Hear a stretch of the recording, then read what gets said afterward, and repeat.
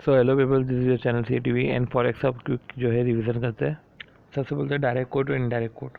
ठीक, foreign currency में देख रखा है तो direct code, otherwise indirect code. ठीक, डायरेक्ट कोड वो जो नॉर्मल प्रैक्टिस में फॉरेन करेंसी में देख रखते हैं। ठीक है, जैसे आप टी शर्ट भी लेने जाओ तो ऐसा बोलते हैं कि एक टी शर्ट इतने रुपए की है, ये नहीं बोलते कि ₹1 में इतनी टी शर्ट है। ठीक, तो एक यूनिट ऑफ फॉरेन करेंसी रहती है। बात कुछ कन्वर्जन ऑफ करेंसी की करते हैं, जहाँ दो कि हमको मल्टीप्लाई करना है, कब डिवाइड करना है, इसमें हमको ये देखना पड़ेगा। ठीक है, कि करेंसी किसकी दे के रखी है और रेट किसका दे के रखा है। डॉलर करेंसी है, डॉलर का रेट है, मल्टीप्लाई कर दो। डॉलर करेंसी है, रुपये का रेट है, डिवाइड कर दो। डॉलर करेंसी है, पाउंड का रेट है, डिवाइड कर दो। अब देखो क्या है ये, ISO कोड है, ध्यान रखना ISO कोड है। ठीक है, तो रुपये करेंसी दे के रखिए, डॉलर का रेट है, डिवाइड कर दो, ये डिवाइड कर दो। ठीक है, फिर आपको एक क्वेश्चन नंबर 42 दिखेगा जिसमें क्या दे के रखा है, सिडनी ऑन न्यूयॉर्क और सिडनी ऑन टोक्यो। अब वैसे समझ में आता नहीं हमको, तो सिंपल सी बात है, ऐसा समझो येन से सस्ता होता है येन। ठीक है, अब एक येन में इतने डॉलर तो हो नहीं सकते क्योंकि येन तो कमज़ोर होता है। एक डॉलर में ही इतने येन हो सकते हैं, तो एक ऑस्ट्रेलियन डॉलर में ही हो सकते हैं। तो ये अगर ऑस्ट्रेलियन डॉलर का रेट है तो ये भी ऑस्ट्रेलियन डॉलर का रेट है। ठीक है, कभी कभी ये है कि ISO कोड है फिर भी एक्सेप्शन है, पर एक्सेप्शन है मतलब कि INR GBP है तो रेट INR का नहीं GBP का है। तो ऐसे केस में हमको क्वेश्चन से पकड़ना पड़ेगा। ठीक है, पर ऐसा नहीं होता, मैक्सिमम 99% नहीं होता। तो दो क्या जगह रखा, मुंबई लंदन और लंदन कोपेनहेगन। ऑब्वियस बात है कि लंदन का रेट है तो ये कोपेनहेगन का रेट है। तो भैया ऐसा मत कर देना, देखो मुंबई लंदन लंदन का रेट है, लंदन कोपेनहेगन है। ठीक, चलो कोपेनहेगन में DK के चलता है, वो अपनों को कैसे पता चला, क्योंकि हमको ये पता है कि लंदन में पाउंड चलता है। ठीक है, तो सपोज करो कि लंदन इंडिया है और रेट इंडिया में दे के रखा है, तो ऐसा तो होगा नहीं ना कि रुपये का रेट दे के रखा है और रेट भी अमाउंट भी रुपये में, रुपये का रेट देख रखा है और अमाउंट भी रुपये में, ऐसा तो होता नहीं। रुपये का रेट देख रखा है तो अमाउंट तो डॉलर में ही होगा ना।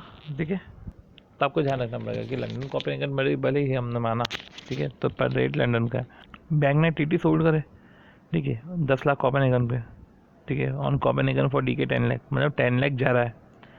वैसे लिखा हुआ है बैंक ने अगर TT सोल्ड किया है on Copenhagen for DK 10 lakh, तो ऐसे कैसे आपका TT जो है, आपका DK जो है वो जा रहा है। देखिए ये ऐसा होता है कि आपका DK जा रहा है।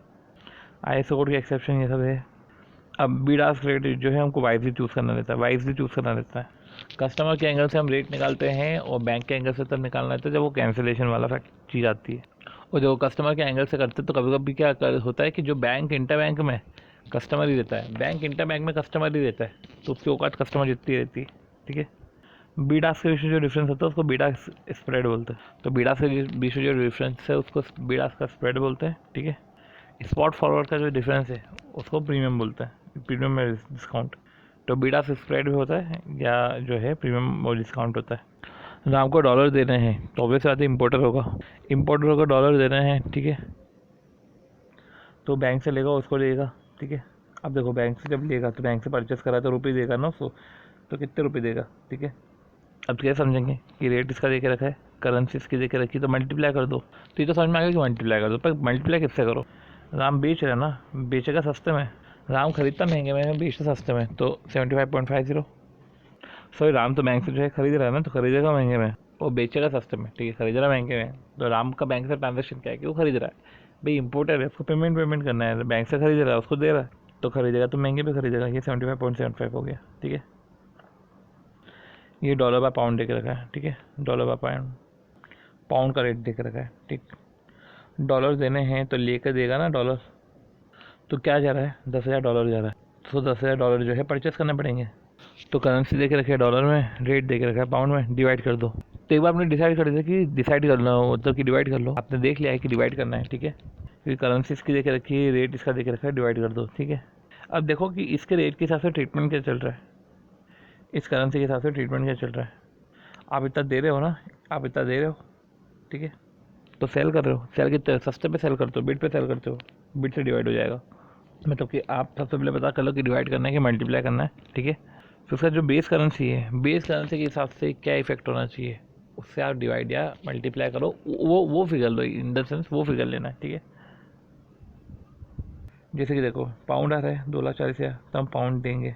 ठीक है, रेट पाउंड का देके रखा है तो हम मल्टीप्लाई कर देंगे।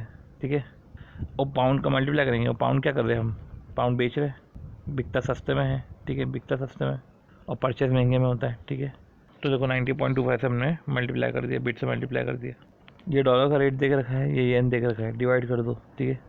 तो येन पेमेंट करना है तो आपको येन परचेस करना पड़ेगा, येन परचेस करना पड़ेगा मतलब डॉलर को बेचना पड़ेगा, ठीक है। तो करेंसी येन, डॉलर रेट देख रखा है, डिवाइड कर दिया, ठीक। अब येन परचेस करने के लिए डॉलर बेचना है, और डॉलर जब बेचोगे कितने बेचोगे, सस्ते में बेचोगे, ठीक है। परचेस महंगे में होता है, बिकता सस्ता में। तो 125 से डिवाइड हो जाएगा, ये 125 से डिवाइड हो गया। तो डिवाइड और मल्टीप्लाई पता करके जो है जिसका रेट दे के रखा है उसके खिलाफ उसके हिसाब से क्या एक्शन होना चाहिए वो देख लो। जीबीपी यूएसडी की बात हो रही है, ठीक है। डॉलर देख रखा है 1.525 1.575 पाउंड, ठीक है। अब वो डॉलर जो है ले रहा है, डॉलर लेके वो देगा, ठीक है, तो वो सेल कर रहा है, वो मतलब जो है वो पाउंड लेगा, ठीक है।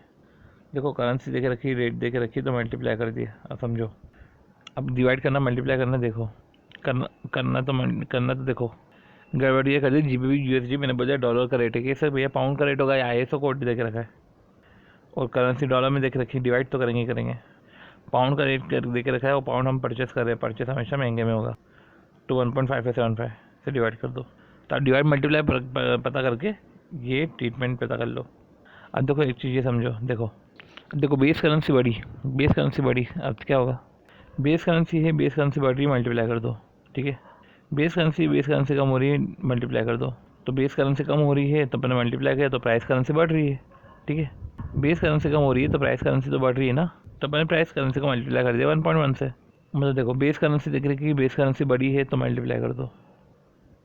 ये बेस करेंसी देख रखी है, प्राइस करेंसी कम हुई है, प्राइस करेंसी कम हुई है तो मतलब बेस करेंसी बढ़ी है, तो भी 77 आ जाएगा, ऐसा है। तो आई से इस तरीके से करता है, प्राइस करेंसी कम हुई है मतलब फिर भी बेस करेंसी बढ़ी है, 77 नहीं होगा। फिर बेस करेंसी कम हुई है, बेस मल्टीप्लाई कर दो 0.9 से, ठीक है। बेस करेंसी है, प्राइस करेंसी बढ़ी है मतलब बेस करेंसी कम हुई है, तो मल्टीप्लाई कर दो 0.9 से। इधर भी ऐसा ही है। तो जो अपन दिमाग लगा रहे थे वैसा नहीं, ऐसे तो डायरेक्ट इस टाइप से करता है, ठीक है। बाकी देखो मार्जिन समझ लो, मार्जिन का कॉन्सेप्ट क्या होता है, इंटरबैंक से कस्टमर पे लाने के लिए मार्जिन ऐड करना पड़ता है, ठीक है। तो सेल और महंगे में होता है, मतलब कि आप सस्ते में सेल करते हो ना, तो सेल सस्ते में हो जाएगा, मतलब मैं कस्टमर के पॉइंट ऑफ व्यू सब बोल रहा हूँ कि सेल सस्ते में होगा और ख़रीदना होगा तो और महंगे में होगा, ठीक है। तो इंटरबैंक रेट से कस्टमर रेट पे लाने के लिए हमको मार्जिन ऐड करना पड़ता है, ठीक। और कहीं फॉरवर्ड रेट वाला सीन है तो भैया पहले हम फॉरवर्ड रेट निकालते हैं, इन द सेंस कि स्पॉट रेट में प्रीमियम डिस्काउंट ऐड करके हम पहले फॉरवर्ड रेट निकालते हैं, फिर मार्जिन ऐड करते हैं। कुछ क्रॉस रेट की बात है कि विदाउट विदास्क विद बिडास्क, ठीक है। तो इक्वेशन जैसे चलना है, ठीक है ना, मतलब कि रुपये बाय डॉलर है और डॉलर बाय पाउंड है, ठीक है। और मेरे को रुपये बाय पाउंड निकालना है, तो देखो 1/2 और 2/3, इसको मल्टीप्लाई कर दोगे, इक्वेशन देखो इससे मल्टीप्लाई कर दोगे तो डॉलर कैंसिल हो जाएगा, रुपये बाय पाउंड आ जाएगा। ऐसे इक्वेशन देख के आप समझना ट्रीटमेंट क्या करना है। जैसे कि मैं ट्रीटमेंट नहीं समझ, जैसे 182 करेंगे तो हिसाब से ये कर लेंगे, ठीक है। अब भी येन बाय रुपये, रुपये बाय डॉलर, देखो ये करा हुआ है, पर आप मल्टीप्लाई करोगे तो रुपये तो कैंसिल हो जाएगा, पर आंसर तुम्हारा येन बाय डॉलर आएगा, पर येन बाय डॉलर तुम्हारा आंसर है नहीं, डॉलर बाय येन तुमको निकालना है। तो 1/182, मतलब कि 182 से काम चलेगा नहीं, 1/182 करना पड़ेगा। देखो थर्ड वाला पॉइंट में भी देखो ऐसे ही इस तरीके से, देखो थर्ड वाला पॉइंट रुपये बाय पाउंड दे के रखा है, डॉलर बाय पाउंड दे के रखा है, रुपये बाय डॉलर दे के रखा है। तो सबको 1 2 3 की इक्वेशन दे दोगे, इसको 1 कर दो, इसको 2 कर दो, इसको 3 कर दो, इसको 3 कर दो, ठीक है। और हमको निकालना है 1/2, अगर हमको देखे तो हमको 1/2 निकालना है, फिर इधर हमको जो है 1/3 निकालना है, ठीक है। सबसे पहले तो हमको डॉलर नीचे ले जाएंगे, पाउंड ऊपर आ जाएगा, उससे पाउंड कैंसिल हो जाएगा, तो 90/1/1.5 कर दो, तो 90.5/1.5 कर दो। डॉलर पाउंड बाय डॉलर होता है, डॉलर बाय पाउंड होता है, ठीक है।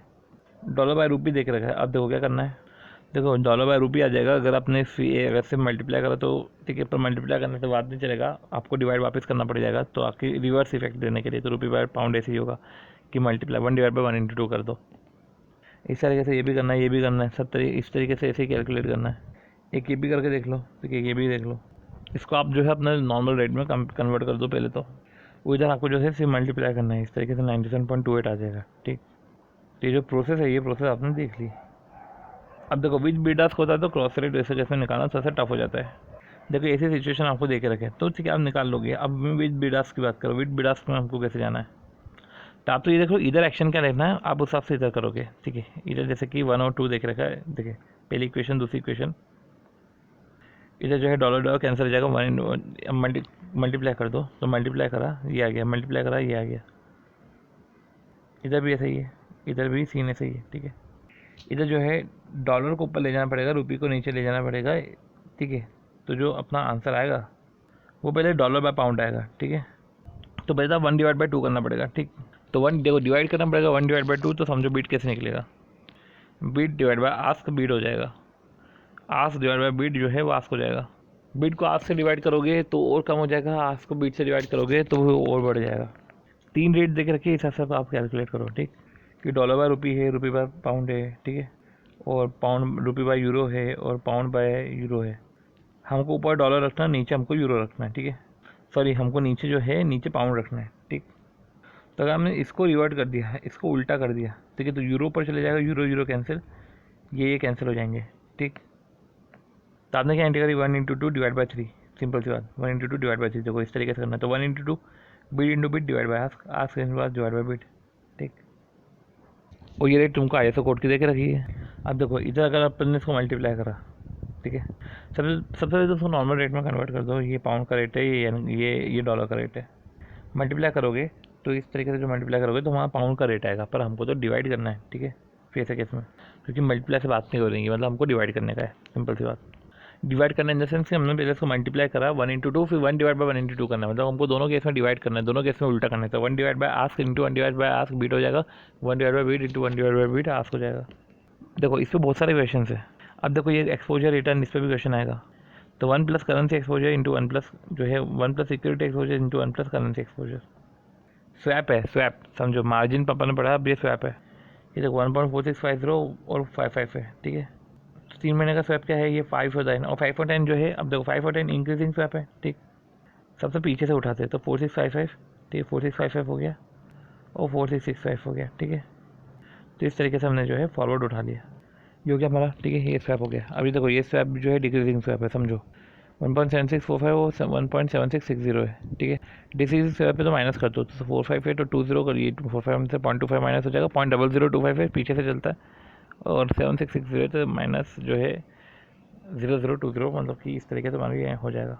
तो स्वैप पॉइंट तुम समझ रहे होंगे कि पीछे से चलता है, इंक्रीजिंग स्वैप है, डिक्रीजिंग स्वैप है, समझना पड़ेगा।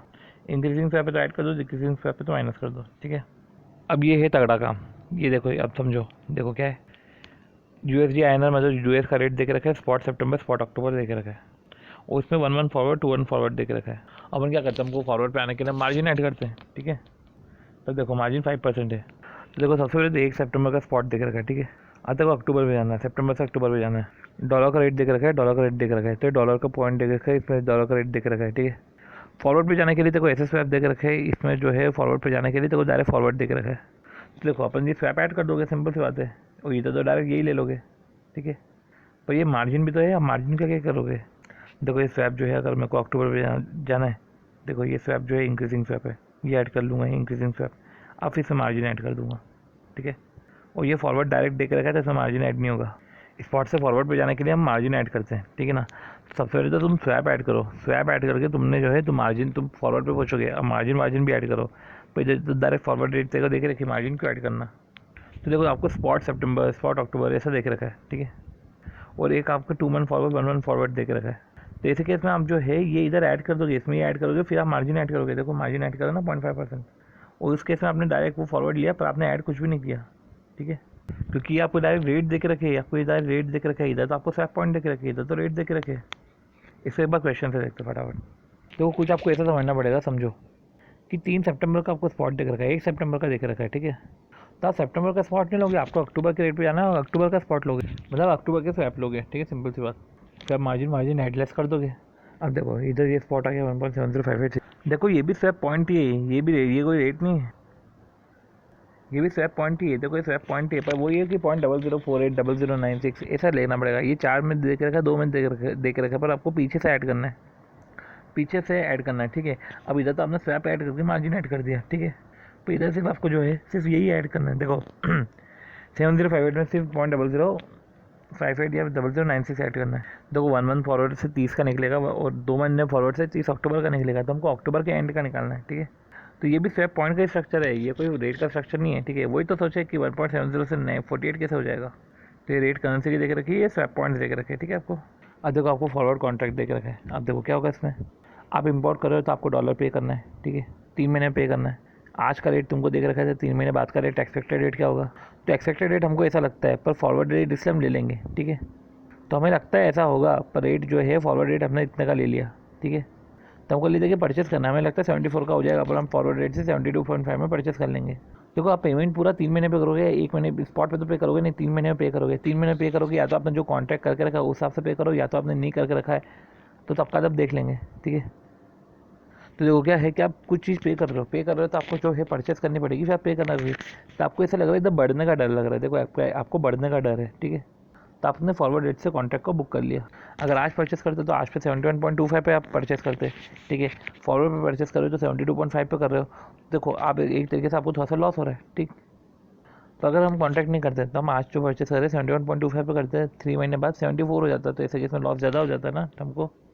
तो एक तरीके से हमको तो सेविंग हो गई 1.50 की, क्योंकि कम लॉस होना भी एक तरीके से सेविंग हो गई। देखो एक्सपोर्ट में भी ऐसा ही है, ठीक है। आप एक्सपोर्ट कर रहे हो, ठीक है, तो आपको जो है पाउंड मिल रहे हैं। आपको डर क्या है, देखो ये गिरने का डर है, जो चीज़ मिल रही है आपको गिरने का डर है, तब आप क्या करोगे, कॉन्ट्रैक्ट करोगे, फॉरवर्ड ले लोगे।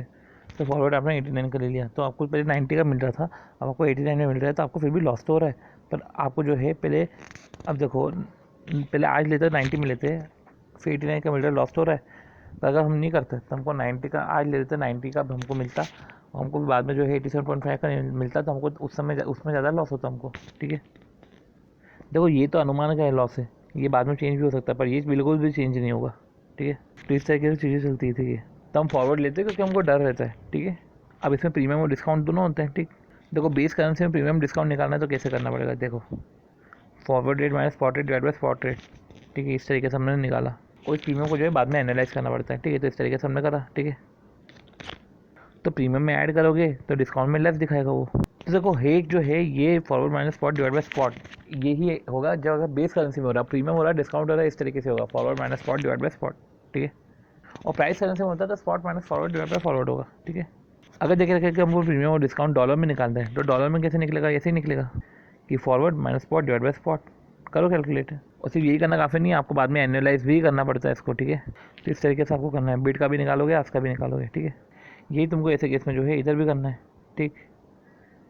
कि स्पॉट का देख रखा है, 6 मंथ फॉरवर्ड का देख रखा है तुमको। अब देखो स्पॉट है, और स्पॉट के बाद 6 महीने, ठीक है। तो ये देखो ये देख रखा है स्पॉट, ये है अपना डिस्काउंट। देखो ये प्रीमियम था नीचे वाला डिस्काउंट में, पर हमें क्या है, हमको तो ये देखना है कि भैया हमको तो निकालना किस में, डॉलर में निकालना है, हमको बेस में निकालना है, हमको बेस में निकालना है, फालतू का दिमाग मत लगाओ इस, ठीक है। तो forward minus spot divide by spot, तो forward minus spot divide by spot कर दो, ठीक है। तो बीट में इस तरीके से माइनस करेंगे, आस में इस तरीके से माइनस करेंगे, ऐसे ही चलेगा। अब इस तरीके से जो है स्पॉट और 3 महीने फॉरवर्ड का देख रखा है, ऐसे स्पॉट और 6 मंथ फॉरवर्ड का देख रखा है, किस तरीके से देख रखा है, स्पॉट और 3 मंथ फॉरवर्ड का देख रखा है, ठीक है। अब हमको जो है डिस्काउंट निकालना रुपये में, तो कैसे करोगे। तो स्पॉट माइनस फॉरवर्ड, देखो forward minus spot divide by spot कर दिया ना, ठीक है। तब spot minus forward divide by forward होगा, प्रीमियम हो डिस्काउंट हो, देखो spot minus forward divide by forward ही होगा। ये स्पॉट देख रखा है, फॉरवर्ड देख रखा है, डिवाइड बाय फॉरवर्ड, इस तरीके से ही होगा। तो forward minus spot divide by spot हो गया, 12/n कर दो, spot minus forward divide by forward हो गया, 12/n कर दो। अभी स्वैप पॉइंट आ गए, स्वैप पॉइंट असेंडिंग और डिसेंडिंग ऑर्डर, ठीक है। अब देखो अपन ने बीटा स्प्रेड को समझ लिया, बीट और रास को समझ लिया, ठीक है। बीटा स्प्रेड को समझ लिया, मार्जिन कमीशन को समझ लिया, फॉरवर्ड प्रीमियम डिस्काउंट को समझ लिया, अपन स्वैप पॉइंट को देखेंगे। ये अपन कर चुके थे, 60.5 और 60.75 है, स्वैप देखे रखे। तो पीछे से ऐड करना, अब देखो क्या है बोलना चाह रहे हैं, मतलब ये 60.5 और 60.75 मतलब 60.50 50 है, तो ऐसे कैसे 60.60 और 60.90 हो जाएगा, ठीक है। ये देखे आपको देख रखा है 90.425 है, 90.75 आपको 45 देख रखा है, तो 0.045, तो 90.045 प्लस 0.045, इस तरीके से आप कैलकुलेट करो, ठीक। और जैसे देख रखा है 92.45 125, तो आप ऐसे करो कि 92.45 है तो पीछे से चलना, तो आप 1.25 ऐड करोगे, 1.25 ऐड करोगे, ठीक है। ये 60.452 है, ठीक है। 60.452 है, 61.25 है, फिर देखो अब ये पैसे देके रखे, ये पैसे देके रखे, अब क्या करें। तो 0.25 0.40 है, देखो पैसे देके रखे ना, तो 0.0025 मत कर देना, 0.2500 होगा, 0.0025 नहीं 0.2500 होगा, ये याद रखना। माना कि पीछे से चलता है, सर पीछे से चलता है, पर पैसे में देख रखा है, तो सर पैसे में है तो 0.2500 होगा, ठीक है।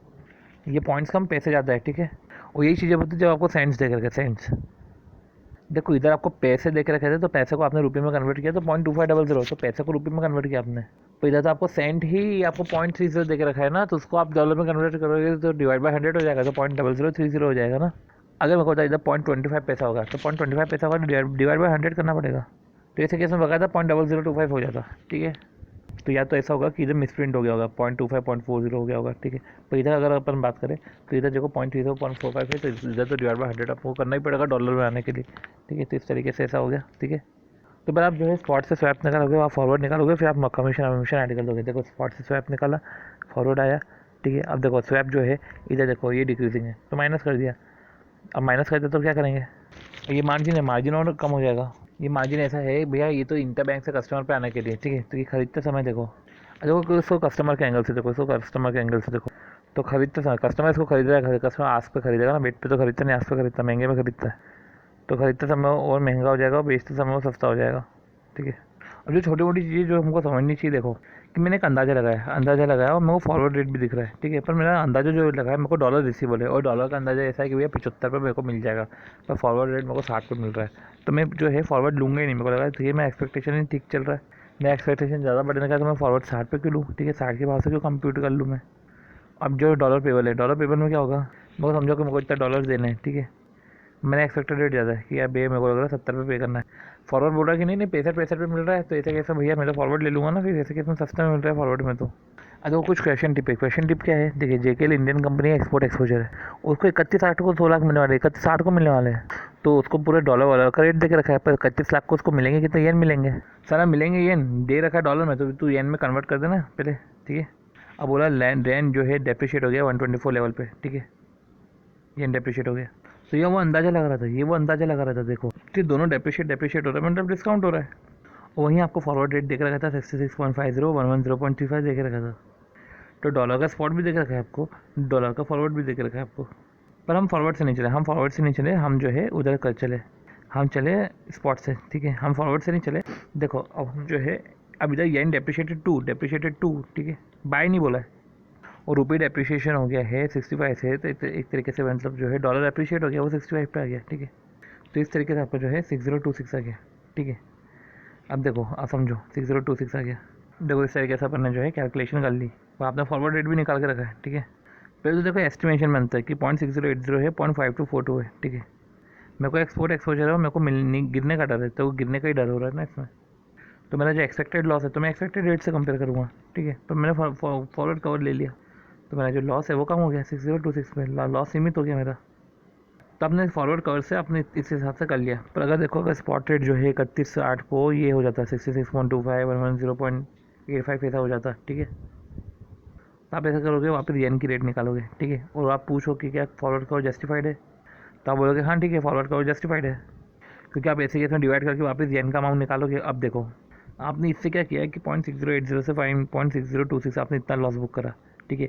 अगर और गिरता तो अच्छा हुआ फॉरवर्ड कवर जस्टिफाइड है, आप फंस जाते बहुत बुरी तरह से, क्योंकि आपका जो और नीचे गिरा है 0.5976 होता, तो 0.5976 होता 0.6026 और आप नीचे गिरते, ठीक है। अब समझो जो पावर में 1/3 देख रखे, मतलब क्यूब रूट देख रखे, 8/2 देख रखे, तो आप पहले पर जो है नंबर को अंडर रूट करो 12 टाइम्स, ठीक है। और फिर -1 डिवाइड बाई 3 +1 करो, या तो मल्टीप्लाई बाय 2/8 कर दो, इस तरीके से करा है। फिर -1 divide by 3 +1 into equal to 12 times, ठीक है। तो -1 divide by 3 +1 into equal to 12 times, ठीक है। अगर 8/2 हो तो -1 डिवाइड बाई 3 नहीं, -1 into 8/2 +1 into equal to 12 times. E की पावर RT होता है तो चीज़ें अलग हो जाती है। ई की पावर RT में ये जो 0.0075 है, ठीक है, divide by 4096 +1 into equal to 12 time, इसे divide by 4096 +1 into equal to 12 times है। समझिए जब इस तरीके की सिचुएशन देख रखे तो हमको ऐसा करना पड़ता है, divide by 4096 +1 into equal to 12 time. जो होता है कि -1 divide by 2 divide by 3 +1 into equal to 12 time, और ये है divide by 4096 +1 into equal to 12 times, और ये है पहले -1 फिर divide by 2 +1 divide by 3 +1 into equal to 12 time, ठीक है। तो ऐसा करते हुए चलना पड़ता है, ठीक है। इसमें एक पे आप माइनस और करते हैं, फिर divide by 3 +1 into equal to, इधर से direct divide by 4096 +1 into equal to 12 times. तो ई की पावर RT की जो है हमको वैल्यू आ जाती है, ठीक। चलो इंटरेस्ट रेट पैरिटी करते हैं, ठीक है। और देखो ज़्यादा कुछ बचा नहीं, इंटरेस्ट रेट पैरिटी है सिर्फ। और देखो बात आती है इंटरेस्ट रेट पैरिटी की, फटाफट इसको देखते हैं, ठीक है। कंट्री जिसका इंटरेस्ट रेट कम होता है तो उसकी करेंसी स्ट्रांग होती है, इंटरेस्ट रेट हाई रहता है तो करेंसी की वीक होती है, ठीक है। अब कर देखते हैं कि अगर डायरेक्ट कोड देख रखा है, इनडायरेक्ट कोड देख रखा हो। डायरेक्ट कोड अगर देख रखा है तो फॉरवर्ड बाय स्पॉट जो होगा, ठीक है, forward by spot 1 + home currency का rate divide by 1 + foreign currency का रेट, ठीक है। जब इनडायरेक्ट कोड देख रखे तो spot by forward 1+ home currency का रेट और 1+ फॉरेन करेंसी का रेट, ठीक है। तो स्पॉट बाय फॉरवर्ड है 1+ होम करेंसी का रेट 1+ फॉरेन। देखो होम और फॉरेन देगा, होम और फॉरेन ही देगा। डायरेक्ट कोड में फॉरवर्ड बाय स्पॉट, इनडायरेक्ट में स्पॉट बाय फॉरवर्ड। और आपको ये क्वेश्चन नंबर 21 में देखने को मिल जाएगा। देखो जिस करेंसी का जो है इंटरेस्ट कम है तो उसकी जो है इंटरेस्ट कम है, जिस कंट्री का इंटरेस्ट वहाँ की करेंसी स्ट्रॉन्ग होगी। तो इंडिया और यूएसए देख रखा है, हमको होम और फॉरेन चूज़ करना है। ले देखिए दो क्वेश्चन देख रखे थे, हम तो यूएसए को फॉरेन कर लेंगे। 64.50 है अभी, तो डॉलर का इंटरेस्ट रेट है, ठीक है, कम है, तो वो जो है कम है, ठीक है। तो उसकी करेंसी जो है प्रीमियम पे होगी, ठीक है, उसकी करेंसी प्रीमियम पे होगी। तो आईआरपी से जो फॉरवर्ड निकलता ना, आईआरपी से जो फॉरवर्ड निकलता ना, उस फॉरवर्ड पर कोई आर्बिट्रेज अपॉर्चुनिटी एग्जिस्ट नहीं करती। देखो पर अगर वही बात है ना, अगर देखो नहीं करती, पर अगर फॉरवर्ड जो है आईआरपी का फॉरवर्ड से मैच नहीं हो रहा है, आपका फॉरवर्ड आईआरपी के फॉरवर्ड से अलग है, तो आर्बिट्रेज अपॉर्चुनिटी एग्जिस्ट करती है, ठीक है। तो आईआरपी होल्ड गुड नहीं करता, आर्बिट्रेज अपॉर्चुनिटी एक्सेस करती है। तो फिर ऐसे कि हम बोरो किधर करें, इन्वेस्ट किधर करें। तो देखो जो तुम्हारा एक्चुअल फॉरवर्ड आया ना, ये फॉरवर्ड एक्चुअल फॉरवर्ड आया ना, उसको देखो ये नॉर्मल आईआरपी का फॉरवर्ड लोगे तो इक्वल हो जाएगा। पर एक्चुअल फॉरवर्ड आया ना, स्पॉट से डिवाइड करो, 1+ होम और फॉरेन करो। अब देखो ये देखो कि ज़्यादा आ रहा है कि कम आ रहा है, ठीक है, ग्रेटर देन साइन के लेस देन, ठीक है। अब ग्रेटर देन है, ठीक है, तो ऐसे केस में क्या करेंगे, हम बोरो करेंगे यहाँ से, इन्वेस्ट करेंगे यहाँ पे, ठीक है। तो बोरो करेंगे यहाँ से, इन्वेस्ट करेंगे यहाँ पे। अब बोरो करेंगे यहाँ से, इन्वेस्ट करेंगे यहाँ पे, उसका मतलब क्या है, ठीक है। तो ये है अपना डॉलर, ठीक है, डॉलर का रेट देख रखा है, तो इधर इन्वेस्ट करेंगे फॉरेन में, ठीक है। और ये जो है होम का इंटरेस्ट है, ठीक है। तो बाहर का है, ठीक है, इधर फॉरेन करेंसी फॉरवर्ड जो है डायरेक्ट कोड में ऐसे होता है, फॉरेन करेंसी इधर रहती है, इधर होम करेंसी रहती है, तो आप ऐसे देख लो, ठीक है। तो होम करेंसी में बोरो करोगे, फॉरेन करेंसी में इन्वेस्ट करना है, तो आप क्या करोगे, होम करेंसी में बोरो करा, फॉरेन करेंसी में इन्वेस्ट करा, ठीक है। अब देखो क्या होगा, होम करेंसी में बोरो का तो होम करेंसी में इंटरेस्ट, बोरोइंग पे इंटरेस्ट पे करना पड़ेगा, और ले देखिए आपको जो है फॉरेन करेंसी में आपने इन्वेस्ट करा है तो उधर रिटर्न आएगा, रिटर्न इधर डॉलर में आएगा, कन्वर्ट करना पड़ेगा रुपीज़ में, और इधर तुम इंटरेस्ट पे कर दोगे, ठीक। जैसा बोलते हैं कि अगर डॉलर प्रीमियम और रूपी प्रीमियम, ठीक है, डॉलर प्रीमियम और रूपी प्रीमियम, डॉलर प्रीमियम ज़्यादा है, रूपी प्रीमियम कम है, ठीक है। यहाँ से बोरो करो, यहाँ पे इन्वेस्ट करो, ठीक है। पर अगर उल्टा देख रखे, ठीक है, ये डॉलर देख रखा है और ये जो है रुपी, अब देखो ये कम है और ये ज़्यादा है, जैसे अगर मैं डॉलर से बोरो करेंगे, यहाँ से डॉलर से बोरो करो, इन्वेस्ट में रुपी करो। डॉलर से बोरो करा है तो इंटरेस्ट भी डॉलर में लगेगा, आपको पे करना रहेगा बाद में। तो रुपी में इन्वेस्ट करा है, फिर जो है आपने रिटर्न रुपी में कमाया है, बाद में कन्वर्ट कर दो डॉलर में, जितना डॉलर है उतना से डॉलर पे कर दो, ठीक है। तो वही अगर डॉलर प्रीमियम कम है, रुपी प्रीमियम ज़्यादा है, तो ऐसे केस में रुपी में इन्वेस्ट कर दो। जिससे छोटा सा क्वेश्चन है, तो छोटा सा क्वेश्चन लगा तो हम देख लेते हैं, ठीक है। दोनों का इंटरेस्ट, दोनों का स्पॉट और फॉरवर्ड देख रखा है, ठीक है। होम करेंसी मानती, इसको अपन डायरेक्ट कोड मानते हैं। डायरेक्ट कोड में क्या होता है कि फॉरेन करेंसी का रेट रहता है ना, जैसे कि नॉर्मल तरीका डायरेक्ट कोड है, जैसे टी शर्ट वी शर्ट, ठीक है, और ये अपने को देख रखा है, ठीक। अब देखो अभी जो इंटरेस्ट है ना, आप देखो इधर समझो कंपाउंडिंग वाला सीन। देखो अब कंपाउंडिंग जैसे हमको मंथली देख रखी, तो इंटरेस्ट हम पर मंथ का निकाल के हम एनुअलाइज करेंगे उसको, ठीक है। कंपाउंडिंग क्वार्टरली की देख रखी है, तो हम जो है क्वार्टर का इंटरेस्ट निकाल के उसको पावर में 4 कर देंगे। इसमें सेमी एनुअल दे के रखी है, ठीक है। तो पावर में देखो अब 6 महीने का इंटरेस्ट निकाल के इसको पावर में 2 कर देंगे। इसको जो है एनुअल दे के रखा है, तो ये तो डायरेक्ट 1+ आई है, कंटिन्यूस दे के रखा है। अब देखो कंटिन्यूस करके रखा है या डेली दे के रखा है, जैसे हम कैसे क्या करेंगे, एक दिन का इंटरेस्ट रखे इंटू 365 करेंगे, ऐसा नहीं, बिल्कुल भी नहीं होगा। PV = E होगा, RT। तो कंपाउंडिंग देख सकते हो, आधी अधूरी कंपाउंडिंग कब हो रही है, 1 महीने में, 2 महीने में, 3 महीने में, ठीक है। और हमको एनुअलाइज निकालना है, हमको फ्यूचर वैल्यू निकालनी है 1 साल की। देखो ऐसे ही करना पड़ता है, फ्यूचर वैल्यू निकालनी मतलब कि हमको पावर में इतना कुछ डालना है कि हम 1 साल बाद में पहुंच जाए, पावर में इतना डालो कि 1 साल बाद पहुंच जाए, पावर में इतना डालो कि 1 साल बाद पहुंच जाए, ठीक है। अब यही अगर जो है हमको कंपाउंडिंग हमारी एनुअली है, ठीक है, एनुअली कंपाउंडिंग है। अब देखो एनुअल कंपाउंडिंग देके रखा है, अब मेरे को क्या करना है, रेट क्या निकालना है, मेरे को पर मंथ का रेट निकालना है। देखो अब कंपाउंडिंग देके रखा, पर मंथ का रेट निकालना है ना, तो डिवाइड बाई 12 नहीं करूँगा, पावर में 1/12 करूँगा। कंपाउंडिंग देके रखा है क्वार्टरली, और मेरे को पर मंथ का, मेरे को क्वार्टर का कंपाउंडिंग जो है, अब देखो एनुअल कंपाउंडिंग का मेरे को क्वार्टर का रेट निकालना है ना, तो ऐसे केस में जो है डिवाइड करूँगा मैं, क्या पावर में जो है, पावर में क्या करूँगा मैं, 1 सेकेंड, हाँ, कंपाउंडिंग अगर एनुअल देके रखा है और मेरे को निकालना है क्वार्टर का, तो पावर में जो है मैं क्या करूँगा, 1/4, ठीक है। कंपाउंडिंग तो मेरे को देखना कंपाउंडिंग का क्या करें, कंपाउंडिंग अगर देखो सेमी एनुअल कंपाउंड, देखो कंपाउंडिंग एनुअल ही है, मेरे को सेमी एनुअल का रेट निकालना है, 1/2 कर दूँगा। कंपाउंडिंग एनुअल है, मेरे को डेली का रेट निकालना है, तुम्हें जो है कंपाउंडिंग एनुअल क्यों, मेरे को एनम का ही रेट निकालना है, तो 1+ आई ही रहेगा, ठीक है। तो कम दे के रखा है और मेरे को ज़्यादा पे निकालना है, ठीक है, तो पावर में कर दूँगा, ठीक है। पावर में ज़्यादा दे के रखा है, ओके, वो कम में निकालना है तो 1/, में कर दूँगा, पावर में 1/, हो जाएगा, सिंपल सी बात बस। बाकी E⁻RT ये सब कैलकुलेट होगा। तो देखो पूरा आपको ऐसा सिनेरियो देख के रखा और आपको बोल के रखा है डॉलर बोरो करो, तो भैया तू डॉलर क्यों बोरो कर, एक बार अपन देख लेते ना, तो क्या बोरो करना चाहिए। देखो आप समझो, ये वही है, ठीक है। तो 670.5 से जो है 68.5, ठीक है, हमने ऐसा कर लिया। फिर 1 पॉइंट, अब देखो ये रेट है तो 1.09 ही कर लेते हैं अब अपन, या तो चलो ठीक है 6 महीने का है ना, तो हम ऐसा कर लेते हैं कि 6 महीने के इंटरेस्ट के हिसाब से हम कन्वर्ट कर लेते हैं, ठीक है, समझ लेते हैं। तो देखो यहाँ से अपन ने क्या किया, देखो क्या किया अपन ने, बोरो करा और ये इन्वेस्ट करा, ठीक है, क्योंकि कम दे के इधर कम दे के रखा है, इधर ज़्यादा है, तो यहाँ पे बोरो करेंगे, यहाँ पे इन्वेस्ट करेंगे, ठीक है, ऐसा रहेगा। तो बोरो तो यहीं से करना चाहिए, देखो समझो। पर इसने बोला है कि हम बोरो कर रहे हैं डॉलर, तो देखो इफ डॉलर बोरो तो ट्रेडर को एडवांटेज तो मिलने नहीं वाला, लिख के रख लो। पर इक्विवेलेंट अगर रुपी बोरो करे, क्वेश्चन में वाली डॉलर बोरो करने का बोला है, पर अगर तू इक्विवेलेंट रुपी बोरो करे तभी तो ट्रेडर एडवांटेज ले पाएगा, क्योंकि डॉलर बोरो करके तो कभी एडवांटेज नहीं ले पाएगा, ठीक है। डॉलर की इक्विवेलेंट रुपी कि देखो मेरे को 30 लाख डॉलर बोरो करने हैं, तो ऐसा करो कि डॉलर की इक्विवेलेंट में रुपी, ठीक है, अभी डॉलर को बेच के रुपी कर लेता हूँ। यही चीज़ जो है परचेसिंग पावर पैरिटी में भी कैलकुलेट होती है। इधर फॉरवर्ड और स्पॉट की जगह इधर एक्सपेक्टेड स्पॉट रहता है, डिवाइड बाय स्पॉट रहता है, और इन्फ्लेशन रहता है, तो होम और फॉरेन करेंसी का रहता है, ठीक है। ई की पावर आर टी पे कुछ क्वेश्चन है कि ई की पावर ए अपॉन ई की पावर बी, तो ई की पावर ए माइनस बी, ई की पावर ए इंटू ई की पावर बी, ई की पावर ए इंटू बी, ए प्लस बी, ठीक है। ई की पावर 0.16 है, तो 0.16 जो है 4096 plus 1 into equal to 12 times कर दिया, ठीक है। अब देखो कुछ चीज़ों से समझते हैं कि इंटरेस्ट अगर कंपाउंड हो रहा है डेली बेसिस पे, कंटिन्यूस बेसिस पे नहीं हो रहा, तो भाई डेली बेसिस पे भी कंपाउंडिंग हो रही है, कंपाउंडिंग डेली बेसिस पे भी हो रही है। तो ई की पावर आर टी लेना, उसमें आर जो है पूरा एनम का लेता है, आर पूरा ही लेते हैं, फिर टी उसके हिसाब से एडजस्ट हो जाता है। देखो 6 मंथ फॉरवर्ड प्रीमियम देख रखा है 3%, तो हमको इसको 6 मंथ में कन्वर्ट नहीं करना है, पर 6 मंथ इंटरेस्ट देख रखे तो हमको जो है बाकायदा उसको करना पड़ेगा, तो हमको 2 करना पड़ेगा। देखो ये इंपॉर्टेंट है, जैसे कि देखो तुमको ये जो इंटरेस्ट देख रखते हैं, तो देखो फिर भी 6 मंथ में तो कन्वर्ट इसको करना ही पड़ेगा। जैसे क्वेश्चन में बोल के रखा है कंपनी को चाहिए dollar, company need dollar fund for next 6 month, ठीक है।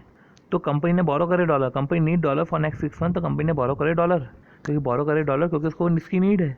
तो क्वेश्चन से देख के आपको समझना पड़ेगा कि देखिए आपको क्या बोरो करना था और किस हिसाब से क्या करना है। आईआरपी में हमको जरूरी क्या है कि हमको एक बार पता कर लो कि बोरो कहाँ से करना है, और बोरो को पता करने का यही तरीका है, और इससे अच्छा तरीका नहीं है, ठीक है। जो कम है जो ज़्यादा है, तो इधर अगर ज़्यादा है तो इधर इन्वेस्ट कर दो, इधर से बोरो करो, इधर से बोरो मतलब होम में बोरो, फॉरेन में इन्वेस्ट, क्योंकि इधर जो है डायरेक्ट कोर्ट रहता है, तो इधर जो है फॉरेन करेंसी के रिस्पेक्ट में रेट दे के रखते हैं कि एक फॉरेन करेंसी की रेट कितनी है, $1 की रेट कितनी। क्वेश्चन में देख रखा है 3 महीने का इंटरेस्ट 12% है, तो भैया इसको पहले 3 महीने में करो, ठीक है, क्योंकि 3 महीने का इंटरेस्ट 12% उधर देख रखा है। अब ऐसे ही 6 मंथ का इंटरेस्ट है, तो 5.75 करने का इसको।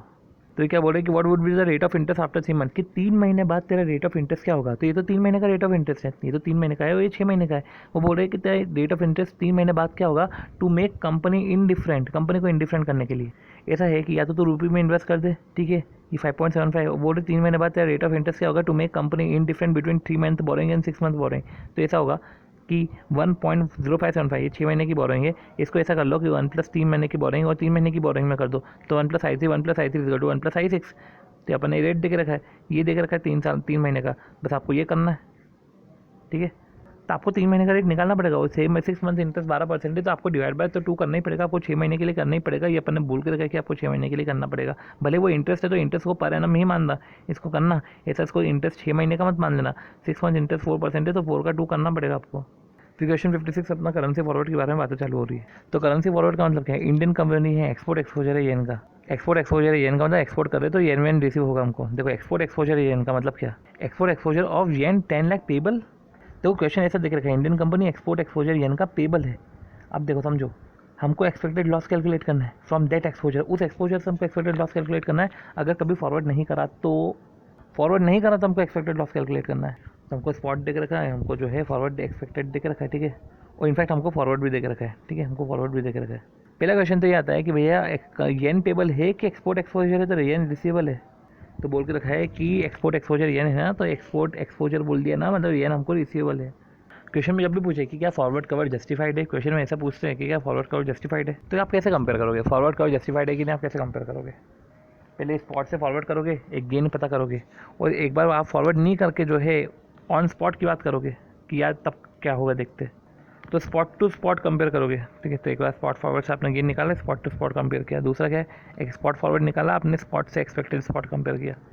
दोनों केस में आपको देखना पड़ेगा क्या फॉरवर्ड जस्टिफाइड है। फॉरवर्ड को जो है फॉरवर्ड को स्पॉट से कंपेयर किया, और एक जो फॉरवर्ड है उसका एक्सपेक्टेड स्पॉट से कंपेयर किया। फिर आता है हमारा जो क्वेश्चन नंबर 55 आता है। अब देखा है average contribution to sales ratio, एक क्वेश्चन नंबर 55 है जिसमें average contribution to sales ratio बोला। तो average contribution to sales ratio आपको निकालना क्या है कि अगर आपने सेल करा जापान को, सेल करा यूएस को, सेल करा यूरोप को, तो आपको contribution from sale to Japan, sale to USA, sale to Europe. तो जापान में सेल करा वेरिएबल कॉस्ट, ठीक है, कंट्रीब्यूशन सेल करा सेल करा, अभी से टोटल सेल, टोटल कंट्रीब्यूशन, ठीक है। और कंट्रीब्यूशन टू सेल्स रेशियो आप देखो, टोटलिटी में देखो तो total contribution divide by total sales निकाले, कंट्रीब्यूशन टू सेल्स रेशियो हमने निकाला। तो आपको ऐसा करना है कि कभी आपने फॉरवर्ड लिया हो तो क्या होता है, फॉरवर्ड नहीं लिया तो क्या होगा, मतलब आप सेल करो ना, सेल करो तो आपको फॉरवर्ड रेट होगा ना, ठीक है, फॉरवर्ड रेट होगा। वेरिएबल कॉस्ट आपको रुपीज़ में देख रखा है, ठीक है, सेल आपको फॉरेन करेंसी में देख रखा है। तो अब देखो आपने अगर फॉरवर्ड सेल करा तो आप सेल को फॉरवर्ड करोगे या फॉरवर्ड कभी नहीं करा, दोनों केस में आप निकालोगे, ठीक है, रुपी वैल्यू रिसिप्ट निकालोगे, फिर वेरिएबल कॉस्ट है तो आपका कॉन्ट्रीब्यूशन आ जाएगा, ठीक है। अपन जो है इधर एक्सट्रैक्ट की बात करते हैं, एक और एक्सट्रैक्ट क्या देख रखा है, 6 महीने का लोन है, ठीक है, $20 लाख पेबल है मैच्योरिटी पे, ठीक है, L-1 पे। ये जो L है ये L डेट ऑफ लोन पे लेते हैं, ठीक है, डेट ऑफ लोन का L होगा। अब तुमको डॉलर देख रखा है 48.52 और 6 महीने फॉरवर्ड देख रखा है 48.45 देख रखा है, ठीक है। तो डॉलर जो है वो तो डेप्रिशिएट होता है। अब what advice should be given, तो आप क्या एडवाइस दोगे, क्या एडवाइस दोगे, आप समझो क्या एडवाइस दोगे, ठीक है, क्योंकि आपको जो है लोन डॉलर पेबल है, ठीक है, मैच्योरिटी पे पेबल है और L-1% है, ठीक है, पेबल है लोन, देना है लोन, और जो है ये डेप्रिसिएशन में। अब वो बोल रहे हैं कि अगर एक्सपेक्टेड डेप्रिसिएशन जो है वो बैंक ने जो कोट करके रखा है उसके डेप्रिसिएशन से बड़ा है, ठीक है, तो सिंपल से बात है, अगर एक्सपेक्टेड डेप्रिसिएशन बैंक की कोट के डेप्रिसिएशन से बड़ा है तो ऐसे केस में हम फॉरवर्ड नहीं लेंगे, ठीक है, इसलिए नहीं लेंगे क्योंकि मेरा एक्सपेक्टेड डेप्रिसिएशन बढ़ा ना, मेरे को पता है कि डॉलर वो गिर रहा है और मेरे को पेबल करना है, डॉलर गिर रहा है तो मैं कि भैया मेरे को ज़्यादा पता है ना, ठीक है, मेरे को पता है वो सस्ता होगा डॉलर। पर अगर आप कैलकुलेट नहीं कर सकते अबाउट एक्सपेक्टेड डेप्रिसिएशन तो आपको फॉरवर्ड लेना ही पड़ेगा। कुछ क्वेश्चन आता है कि पे नाउ पे लेटर टू सप्लाई, अगर पे नाउ करा, ठीक है, तो समझो ऐसे केस में इंटरेस्ट जो है वो लगता है 6% का, क्योंकि पे नाउ करोगे तो आपको बोरो करना पड़ेगा, बोरो करके आप पे करोगे, ठीक है।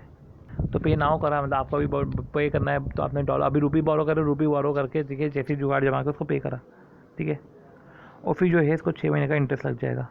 अगर पे लेटर करोगे, लेटर पे करोगे तो सिंपल सी बात है, आप डॉलर जो है लेट पे करो तो डॉलर रेट लेट पे करो तो समझ लो ना, डॉलर लेट पे करो तो लैंडर आपसे 6 महीने का इंटरेस्ट चार्ज करेगा। तो ऐसा केस में बैंक इंटरेस्ट लग जाएगा, उधर लैंडर का इंटरेस्ट लग जाएगा। अभी पे करो तो बैंक से बोरो करोगे, 6 महीने का इंटरेस्ट है, अगर बाद में पे करो तो लैंडर बोलेगा तू बाद में पे कर रहा है तो 6 महीने का इंटरेस्ट लैंडर चार्ज करेगा वो डॉलर के ऊपर, ठीक है, फिर डॉलर बढ़ जाएगा, इधर वही डॉलर रहेगा उस पर हम जो है रुपये पे करेंगे, 6 महीने का इंटरेस्ट लगेगा। अब ऐसे केस में इधर डॉलर बढ़ जाएगा तो हम बड़े डॉलर का पेमेंट करेंगे। हाँ, तो पेमेंट करने के लिए हम रुपये बोरो करेंगे तो रुपये बोरो का इंटरेस्ट इधर नहीं आएगा, ठीक है। फिर पॉइंट आता है पे इन 60 डेज और पे लेटर, अच्छा 60 दिन पे करो या लेटर पे करो, भाई 60 दिन में अगर पे कर रहे हो तो रुपी लोन है, 60 दिन रुपी लोन जो है पे इन 60 डेज, ठीक है, तो रुपी लोन जो है, रुपी लोन कितने दिन का होगा, आपने 60 दिन बाद जो पेमेंट कर रहे हो तो आपने लोन लिया 30 दिन का, 30 दिन का आपने रुपी लोन 30%। अब देखो सिंपल सी बात है, अगर जो है 60 दिन का क्रेडिट तो सबको मिल रहा है, वो बोल रहा है कि तू 90 दिन में पे कर दे, अगर 90 दिन में पे कर दे तो लैंडर जो है 30 दिन का आपसे डॉलर में इंटरेस्ट चार्ज करेगा। याद रखना कि लैंडर का इंटरेस्ट डॉलर में रहेगा, आपका इंटरेस्ट जो है वो रुपये में रहेगा, ठीक है, क्योंकि उधर उसने डॉलर पेबल को उसने जो है एक्सटेंड करी डेट को, वो जब रुपये बोरो करते हैं तो उसकी जो डेट है ना, ये वो डेट होती है। तो पे नाउ पे लेटर, पे 60 डेज पे लेटर, समझो कि रुपये का लोन है, बैंक लोन का इंटरेस्ट रहेगा, इधर डॉलर बढ़ जाएगा क्योंकि लैंडर जो है डॉलर पे अपने इनवॉइस में जोड़ देगा कि भैया तुम्हें को लेट पे कर रहा है। क्वेश्चन कुछ इस तरीके से आ सकता है कि बाइफर्केशन ऑफ एक्सपोजर, कि आप एक्सपोजर को है बाइफर्केट करो। तो इंपोर्ट कर रहे हो 10 लाख का, 1 लाख का जो भी है, इंपोर्ट टर्म्स का 2/10 है, 30 के 10 दिन में पे कर दो, 2% का डिस्काउंट, अदरवाइज जो है 90 दिन में पे कर सकता है। तो वैल्यू पेबल है, 10 दिन में पे कर दे, अभी 55 रुपये है, 10 दिन में पे कर दे, अदरवाइज 56 रुपये के भाव से 90 दिन बाद पे करना पड़ेगा। अगर आप 90 दिन में पे करते हो तो सबसे पहले समझो 90 दिन में पे करो तो 2% का डिस्काउंट लेके पे कर दो ना, रेट कौन सा रहेगा, 10 दिन बाद का रेट तो देख के नहीं रखते, तो ऐसे केस में रेट जो है 55 ही देख रखा है, ठीक है। पर अगर तुम 90 दिन बाद पे कर रहे हो तो भैया आपको 1 लाख ही पे करना पड़ेगा, अगर 98 डेज नहीं और 1 लाख को 56 के हिसाब से पेमेंट कर दो। तो ये जो है आपने देख लिया कि आप 30 दिन में 10 दिन में पे कर दो या तो 90 दिन में पे करो, जो भी है आपने इस तरीके से पेमेंट अपना काम निकाल लिया। अब जो डिफरेंस है वो तो 2,10,000 का है, 2,10,000 में टाइम वैल्यू ऑफ मनी कितना, करेंसी कितना है, समझो। टाइम वैल्यू ऑफ मनी समझना जरूरी है कि देखो 2,000 का नुकसान हो गया तुम्हारे लेट लतीफ़ी के कारण, ये लेट लतीफ़ी के कारण 2,000 का नुकसान हुआ है ना, इसको 56 से मल्टीप्लाई करो, ये तुम्हारा टाइम वैल्यू ऑफ मनी का एक्सपोजर है, बचा हुआ जो है तुम्हारा करेंसी एक्सपोजर है।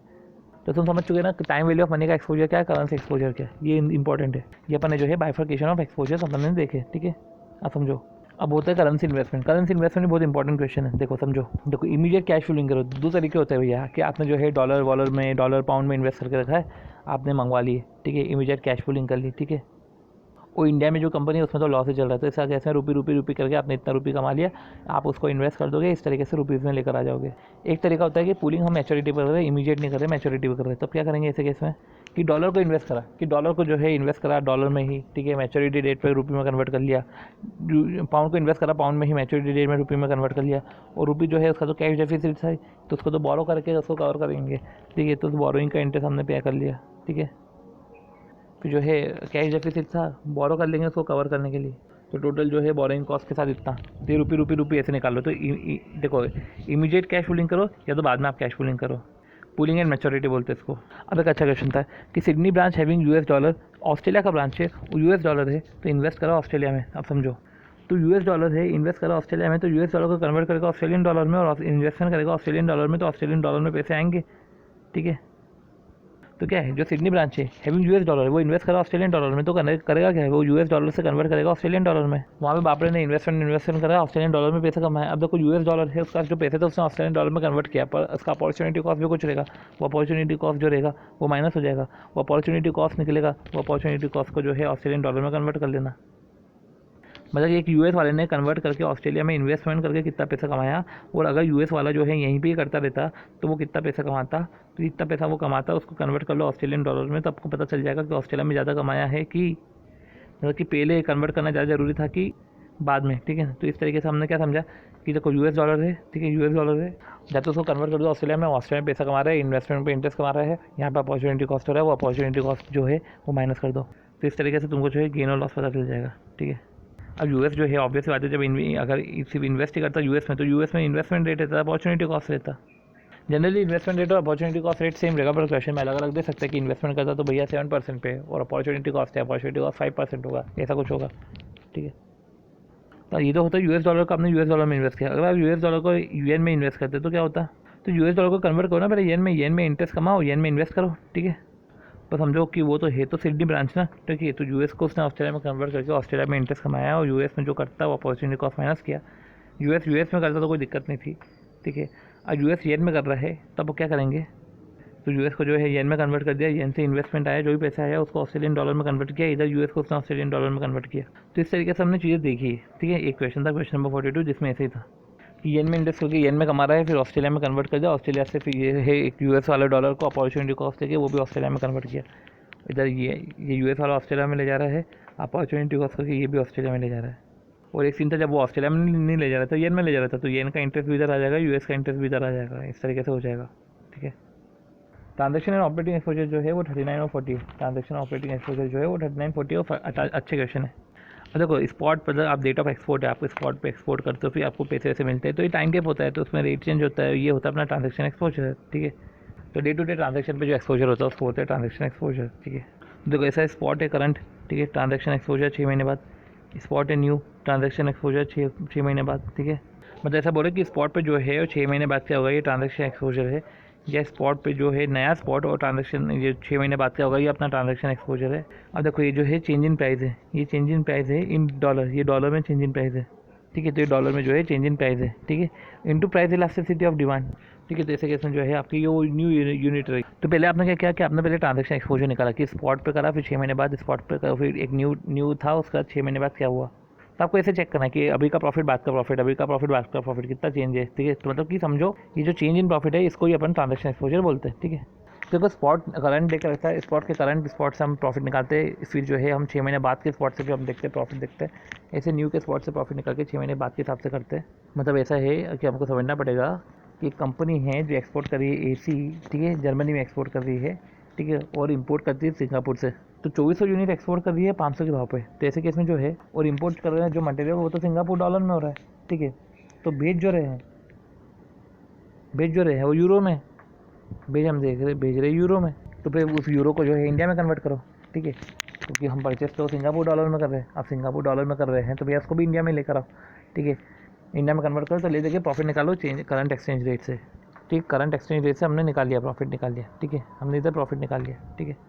यही प्रॉफिट जो है ये इंटरेस्ट जो है, यही प्रॉफिट जो है चेंज हो जाता अगर जो है हमने बाकायदा जो है अगर क्या किया होता, अगर जो प्रॉफिट ये प्रॉफिट चेंज हो गया होता तो। और ऑब्वियसली बात है कि 6 महीने बाद तो चेंज हो ही जाएगा ना, तो आपका प्रॉफिट चेंज हो जाएगा। तो जो ट्रांजेक्शन एक्सपोजर है ये loss due to transaction exposure, ये जो प्रॉफिट यहाँ का प्रॉफिट करो कैलकुलेट, पता चल जाएगा आपकी पहले प्रॉफिट जाता था, अब प्रॉफिट कम है, तो ये ट्रांजेक्शन एक्सपोजर आ गया तुम्हारा, ठीक है। और ऐसे ही तुमने जो है एक नया एक्सचेंज रेट देकर रखा था, तो नया एक्सचेंज रेट से हमने प्रॉफिट निकाला, अब 6 महीने बाद प्रॉफिट निकाल रहे हो, एक्सचेंज रेट ट्रांजैक्शन एक्सपोजर निकाल लो। अब समझो कि जो स्पॉट पे रेट देकर रखा था ना, जो स्पॉट पे जो करंट रेट देकर रखा था ना, उसमें क्या हो रहा था, आपको जो है द प्राइस जो है वो यूरो में देकर रखी थी, जब आपने प्रोडक्ट को परचेस किया था तो यूरो में देकर रखा था, तो आपने जो है यूरो को फिर रुपीज़ में कन्वर्ट किया था जो भी है, ठीक है।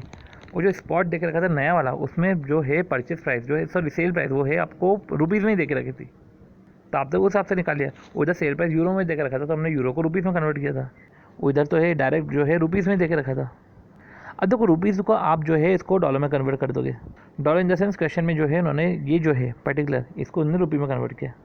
सॉरी, ये तो रुपये में था ही ना, तो इसको इन्होंने यूरो में कन्वर्ट किया, ठीक है। तो उन्होंने क्या किया कि जो स्पॉट है, ठीक है, इससे आपने जो स्पॉट है न्यू, वो जो 25,000 था, ठीक है। अब देखो ये आपने जो है दोनों रेट जो देके रखी थी, अब देखो समझो, स्पॉट देख रखा करंट में और फिर न्यू कुछ एक्सचेंज रेट देख रखे। आपने ट्रांजैक्शन एक्सपोजर निकाला, उसमें सेल प्राइस है एक, इधर यूरो में देके रखी थी, इधर आपने रुपीज़ में देके रखी थी, आपने ट्रांजैक्शन एक्सपोजर निकाले, दोनों रुपीज़ में निकाले। अब पॉइंट ये है कि जो सेल प्राइस है, ठीक है, तो आपने ये पता करा कि यार चेंज इन प्राइस क्या करा, चेंज इन सेल प्राइस पता करो कि चेंज इन सेल प्राइस कितनी है, ठीक है। पर्टिकुलर अगर 25,000, ये यहाँ की 25,000 यहाँ पे थी जो 25,000 सेल्स प्राइस, तो चेंज इन सेल प्राइस कितनी हुई, ठीक है। ये चेंज इन प्राइस, ठीक है, ये चेंज इन प्राइस हुआ due to change in exchange rate, change in price जो भी है, ठीक है। चेंज इन प्राइस जो है, समझो, आपने जो है इसको परसेंटेज में कन्वर्ट किया और फिर परसेंटेज से जो है आपने प्राइस इलास्टिसिटी निकाली, जिसको आपने 1.5 से मल्टीप्लाई कर लिया था, और ऐसे जो है आपकी डिमांड बन गई, यूनिट्स की डिमांड बढ़ गई, इतनी आपकी जो है वो न्यू यूनिट्स हो गई, ठीक है, 0.72%। तो आपकी जो पुरानी यूनिट्स थी 0.72% बढ़ के न्यू यूनिट्स हो गई। तो देखो आपको करंट में कोई स्पॉट दिख रहा था, फिर आपका नया कुछ स्पॉट दिख रहा था, आपने 6 महीने के अंतराल का जो है आपने इससे अपना ट्रांजैक्शन एक्सपोजर निकाला, ठीक है। अब ये जो चेंज है, ठीक है, आप समझो, इससे जो है हमने चेंज इन प्राइस निकाला, ठीक है, change in percentage of price, ठीक है, परसेंटेज ऑफ प्राइस निकाला और परसेंटेज ऑफ प्राइस चेंज हमने निकाला, ठीक है। हम करंट में भी 2400 बाय कर रहे थे, स्पॉट पर भी हमने 2400 बाय करा, हमने पूरा ट्रांजैक्शन एक्सपोजर निकाला, ठीक है। और हमने जो परसेंटेज ऑफ प्राइस चेंज जो भी आया, परसेंटेज ऑफ प्राइस चेंज को हमने इलास्टिसिटी से मल्टीप्लाई कर लिया, और मल्टीप्लाई करने के बाद जो आई हमारी डिमांड आई नहीं, ठीक है, ठीक है। आपने जो न्यू यूनिट थी, जो अपनी न्यू यूनिट थी, ठीक है, फिर हमने देखा कि जो न्यू यूनिट है तो प्रॉफिट ऑन इंक्रीज ऑर्डर, ठीक है, जो ये 2417 है, 6 महीने बाद जो है आपने बकायदा 6 महीने का प्रॉफिट निकाला कि देखो 6 महीने का प्रॉफिट ये है, और यही जो है 2417, ठीक है, ये तो अभी हो गया 6 महीने बाद का, आपने इधर प्रॉफिट निकाल लिया, ठीक है। और अगर आप न्यू पे चलते तो आपको इधर प्रॉफिट कितना था, देखो, तो आपको स्पॉट पे देख रखते हैं कुछ रेट, स्पॉट पे आप ट्रांजैक्शन एक्सपोजर निकालते हो, न्यू पे कुछ आपको रेट्स देख रखते हैं, आप ट्रांजैक्शन एक्सपोजर निकालते हो, ठीक है। अब आपने जो है चेंज इन प्राइस निकाला, वो भी फॉरेन में, आपने डॉलर में, यूरो में निकाला कि परसेंटेज प्राइस चेंज कितना हो रहा है। परसेंटेज प्राइस चेंज को आपने प्राइस इलास्टिसिटी से मल्टीप्लाई करा, एक क्वेश्चन में आएगा, आपने प्राइस इलास्टिसिटी से मल्टीप्लाई करा, आपके न्यू यूनिट्स हुए, तो समझ में आएगा कि अगर आपने न्यू यूनिट्स को बेचे, ठीक है, तो कितना है, और अगर जो आपका उस समय जो आपका था, इस समय का प्रॉफिट आपका कितना है। तो profit on increase order and profit जो है जब ये न्यू रेट आया है उस टाइम पर प्रॉफिट कितना है। कैसा है कि दो के प्रॉफिट कैलकुलेट, यहाँ का प्रॉफिट कैलकुलेट करो, यहाँ का प्रॉफिट कैलकुलेट करो, जो इसके बीच में डिफरेंस है वो अपना ट्रांजैक्शन एक्सपोजर होता है। फिर कुछ currency forward and currency future के बारे में। फॉरवर्ड कॉन्ट्रैक्ट में हमको गेन और लॉस तो हो जाए, उसको हेज करने के लिए कॉस्ट भी लगती है। हेजिंग कॉस्ट क्या होता है कि आप जो है अपफ्रंट पे प्रीमियम पे करते हो, इंटरेस्ट ऑन बोरोइंग कॉस्ट होता है। तो क्या होता है, गेन और लॉस होता है फॉरवर्ड कॉन्ट्रैक्ट का, प्लस माइनस हेजिंग कॉस्ट होता है। अब वो जो हेजिंग कॉस्ट है जिसमें हम अपफ्रंट पे तो प्रीमियम पे करते हैं, ठीक है, और इंटरेस्ट ऑन बोरोइंग कॉस्ट होता है। फॉरवर्ड कॉन्ट्रैक्ट में जब भी एंटर कर रहे हो तो अपफ्रंट प्रीमियम तो आपको लगता है, और अपफ्रंट प्रीमियम पे इंटरेस्ट ऑन बोरोइंग कॉस्ट इसलिए क्योंकि आपको बोरो करना पड़ता है ना, तो बोरो करोगे तो आपको इंटरेस्ट ऑन बोरोइंग कॉस्ट लगेगा। तो किसी भी कॉन्ट्रैक्ट में एंटर करने के पहले आपको प्रीमियम में एंटर करना पड़ता है, पर फ्यूचर में ऐसा नहीं है। फ्यूचर में क्या होता है, देखो, जैसे कि आपने हेजिंग कर ली, तो ये हेजिंग कॉस्ट हो गया, अपन ने ऐसा कर लिया। फ्यूचर में क्या होता है कि फ्यूचर में अगर मेरे को लग रहा है कि पेबल है, ठीक है, डॉलर पेपर है, तो ऑब्वियसली मेरे को बढ़ने का डर है, तो मैं लॉन्ग फ्यूचर कर लूँगा, ठीक है, मैं फ्यूचर को बाय कर लूँगा, और अगर जो है रिसीवेबल है मैं वो गिरने का डर है, मैं शॉर्ट कर लूँगा।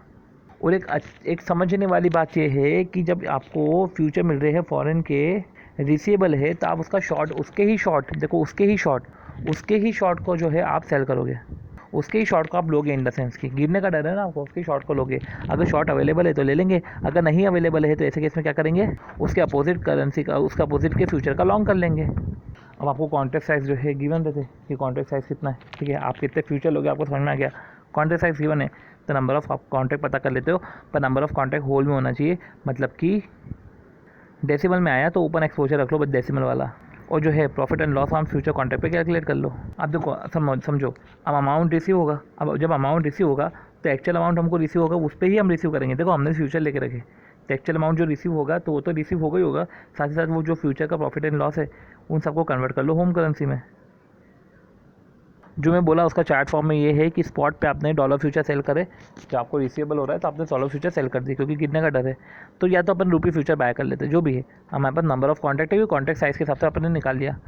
अब वो जो है ए और बी समझो 6 महीने बाद चीज़ें होगी, क्योंकि आपको लग आपको 6 महीने बाद भी पैसे मिलेंगे, तो आपने 6 महीने के फ्यूचर लेके रखे थे, 6 महीने बाद आपने फ्यूचर पर प्रॉफिट और लॉस कर लिया।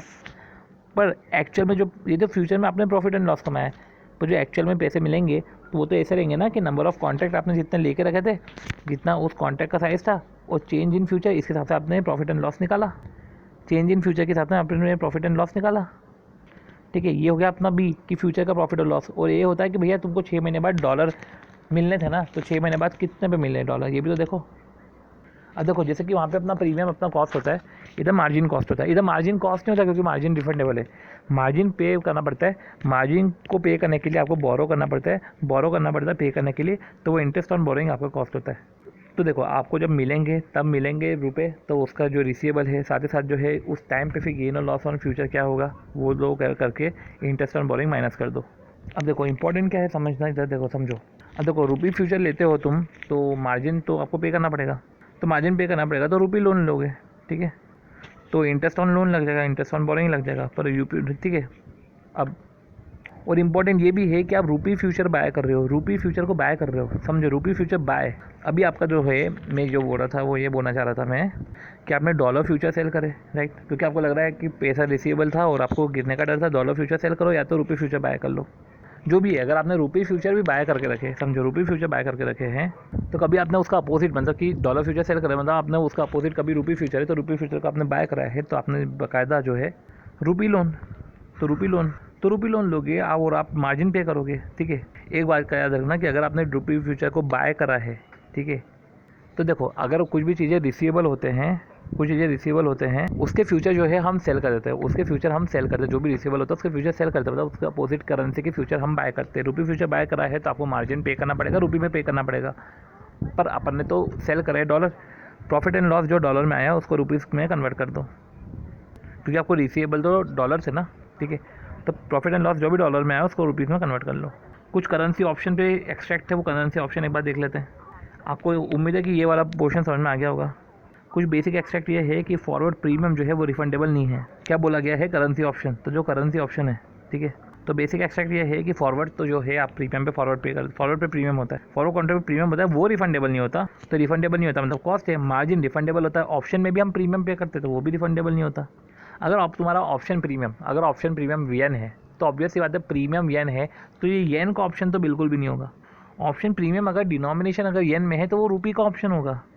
मतलब कि ऑब्वियस आता है कि अगर मेरे को डॉलर का ऑप्शन लेना है तो डॉलर के ऑप्शन के लिए मेरे को प्रीमियम पे करना पड़ेगा, तो डॉलर के ऑप्शन का प्रीमियम डॉलर्स में थोड़ी ना होगा, और ये ऑप्शन प्रीमियम जो है हमको अपफ्रंट में पे करना पड़ता है। ठीक है, कभी कभी हमको समझ में नहीं आता कि ऑप्शन किसका है, तो ऐसे केस में आप ये देखो कि प्रीमियम का डिनोमिनेशन किस में, प्रीमियम का जिसका डिनोमिनेशन है उसकी दूसरी करेंसी का ऑप्शन होगा।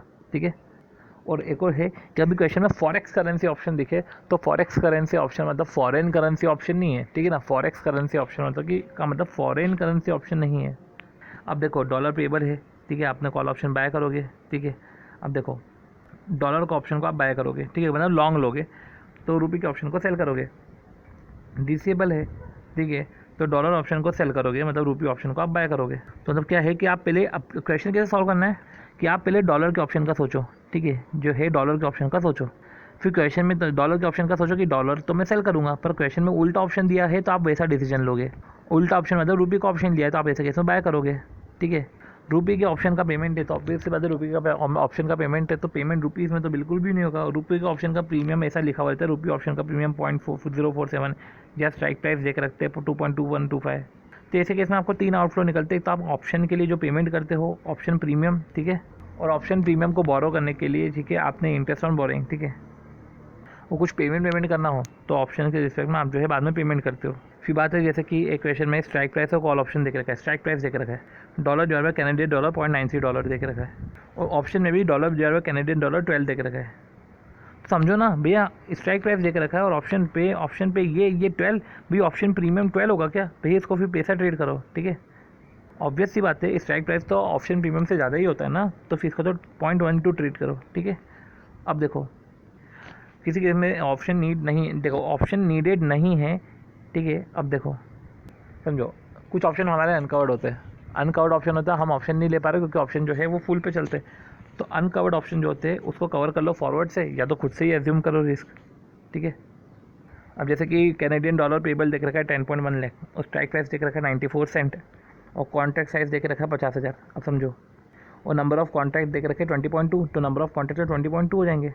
जो करेंसी पेबल है ना, कॉन्ट्रैक्ट साइज देख रखा है आपको, ठीक है, तो करेंसी पेबल है कॉन्ट्रैक्ट, और ये स्ट्राइक प्राइस देख रखा है, ठीक है, तो ये पेबल है, ठीक है, कॉन्ट्रैक्ट साइड है 5,000, ठीक है, तो ये पेबल है, कॉन्ट्रैक्ट साइज है 5,000, नंबर ऑफ कॉन्ट्रैक्ट 20.2 निकाला। अब समझो, ठीक है, अब समझो 20.2 है, उसमें जो 0.2 है वो 50,000, कॉन्ट्रैक्ट साइज 50,000 है, वो 0.2 है, तो ये 10,000 अनकवर्ड रहेंगे। तो जो 50,000 है, कॉन्टैक्ट 50,000 है, 50,000 कॉन्टैक्ट को 0.2 से मल्टीप्लाई करो तो 10,000 कॉन्टैक्ट आपका आया रहेगा अनकवर्ड। तो देखो समझो ऑप्शन कवर क्या है, अब समझो ऑप्शन कवर क्या है। देखो नंबर ऑफ कॉन्टैक्ट थे कितने आपके, ठीक है, नंबर ऑफ कॉन्टैक्ट कितने थे आपके, 20 कॉन्टैक्ट थे, 20 कॉन्टैक्ट थे, तो आपने कॉन्टैक्ट साइज से मल्टीप्लाई किया, ये तुम उसको बोलोगे ऑप्शन कवर, ये ऑप्शन कवर होता है। बाकी अनकवर्ड जो ऑप्शन है उसके फॉरवर्ड ले लो या उसको एज्यूम करो, रिस्क एज्यूम कर लो। मनी मार्केट हेजिंग में ऐसा ही है कि सिंपल सी बात है कि अगर मेरे को कुछ रिसीवेबल है, मेरे को जैसे डॉलर रिसीवेबल है, ठीक है, तो मैं ऐसा करता हूँ कि अभी डिस्काउंटिंग करके डॉलर बोरो कर लेता हूँ, उसको रुपये में इन्वेस्ट कर लेता हूँ, रुपये में इन्वेस्ट, देखो डॉलर, देखिए मैंने को डॉलर मतलब फॉरेन करेंसी रिसीवेबल है, तो मैंने अभी फॉरेन करेंसी जो है बोरो कर ली, इन्वेस्ट कर लिया, रुपये में इन्वेस्ट करा, रुपये में रिटर्न कमा रहा हूँ, रिटर्न से जो भी पैसा आया, ठीक है, अब देखो रिटर्न से पैसा आ गया, मेरे पास रुपये पड़ा हुआ है, और डॉलर मैंने बोरो करके रखा था, उस पर इंटरेस्ट चार्ज हो रहा था, और जो है मेरे को इतना पेबल है, ठीक है। ऐसे केस में एट दी एंड क्या हुआ कि मैंने कन्वर्ट की, जो रुपीज़ है उसको कन्वर्ट कर लिया और डॉलर को पे कर दिया, तो एक ऐसे केस में आई सर्टेनिटी। दूसरा केस ऐसे ही होता है कि जो है वही रिसीवेबल है, ठीक है। अब देखो रिसीवेबल है, इधर रिसीवेबल है, इधर पेबल होगा, इधर पेबल होगा, ठीक है।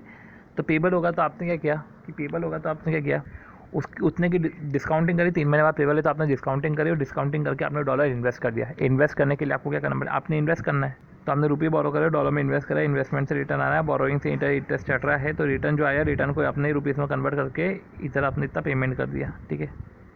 तो आप खड़े यहाँ पे हो, पर आपको यहाँ का पूरा आइडिया है, आप खड़े यहाँ पे हो, आपको एंड का पूरा आइडिया है। इस तरीके से आपने जो है फॉरवर्ड का बेनिफिट लिया, मनी मार्केट हेजिंग का बेनिफिट लिया। देखो कभी देखे रखे कि 90 डेज़ डिपॉजिट रेट और 90 डेज़ बोरोइंग रेट, ऐसे डेज़ वाइज करके देखे रखे, तो वो उतने डेज़ का ही है, ठीक है। एक और क्वेश्चन में एक्सपेक्ट था कि जो है हर बार अपनों कॉल ऑप्शन एक्सरसाइज नहीं करना देता, समझो हम कंपेयर करेंगे ऑप्शन विद जो है एक्सपेक्टेड स्पॉट ऑप्शन करेंगे और फिर डिसाइड करेंगे। जैसे स्ट्राइक प्राइस देख रखा है 74, प्रीमियम है 0.10, ठीक है, प्रीमियम 0.10 है, ठीक है। तो अब मेरे को क्या है, बढ़ने का डर था ना, मेरे को बढ़ने का डर था, ठीक है।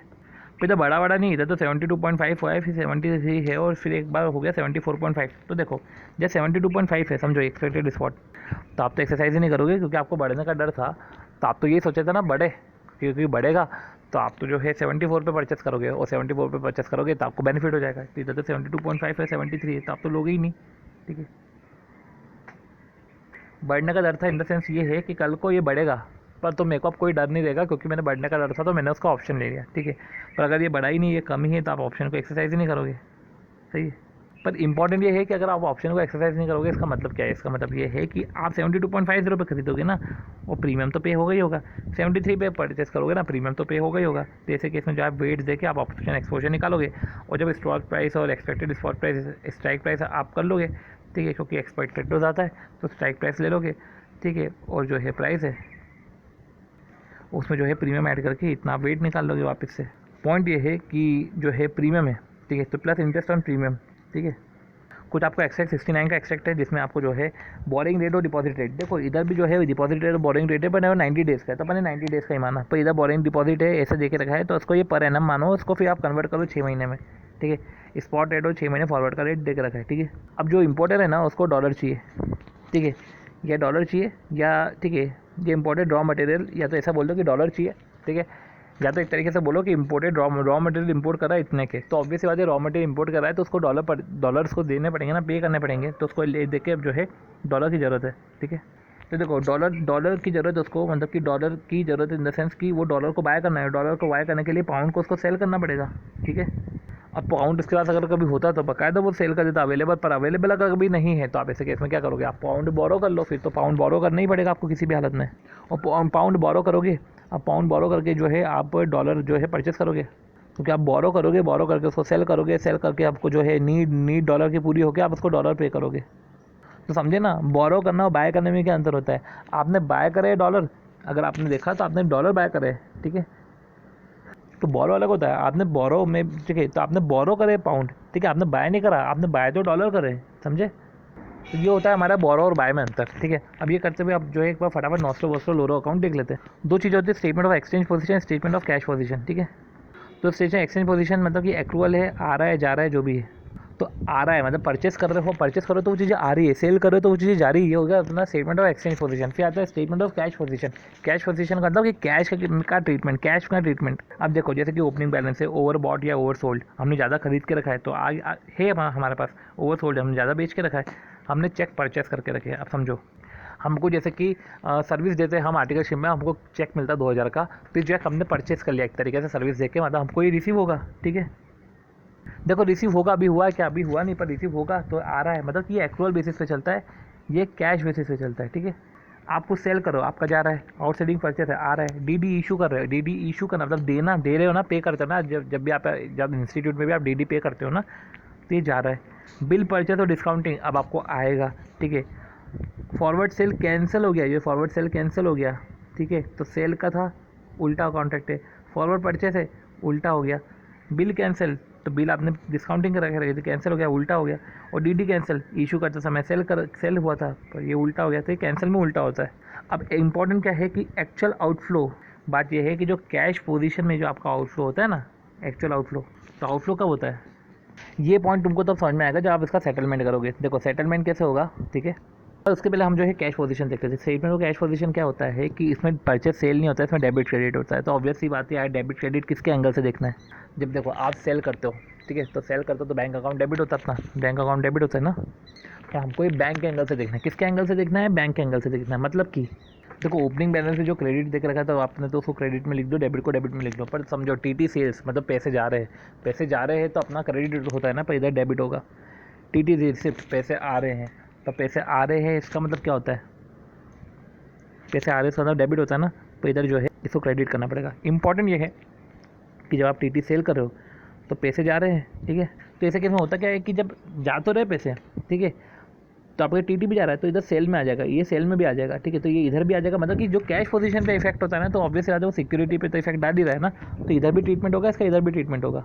ये आपको तब समझ में आएगा जब हमने देखो यहाँ के इस पे इतना पूरा करने के बाद हम जो है इतना करने का, यहाँ तक करने के बाद हम जो है पोजीशन लगाएंगे कि कितना बचा है ओवरबॉट ओवरसोल्ड, कितना है ओवरबॉट ओवरसोल्ड बैलेंस में। तो सपोज करो कि ओवर क्लोजिंग बैलेंस जो ओवरसोल्ड है वो 5000 ओवरसोल्ड है, और जो है कैश बैलेंस में 25,000 जो है क्रेडिट बैलेंस है। और आपको जो है ओवरसोल्ड बैलेंस जो है वो 5,000 है ओवरसोल्ड, और कैश बैलेंस जो है वो 25,000 जो है वो क्रेडिट में, ठीक है। अब आप क्या करोगे समझो, आपको टारगेट ये है कि आपको ओवरबॉट पोजीशन करनी है, ठीक है।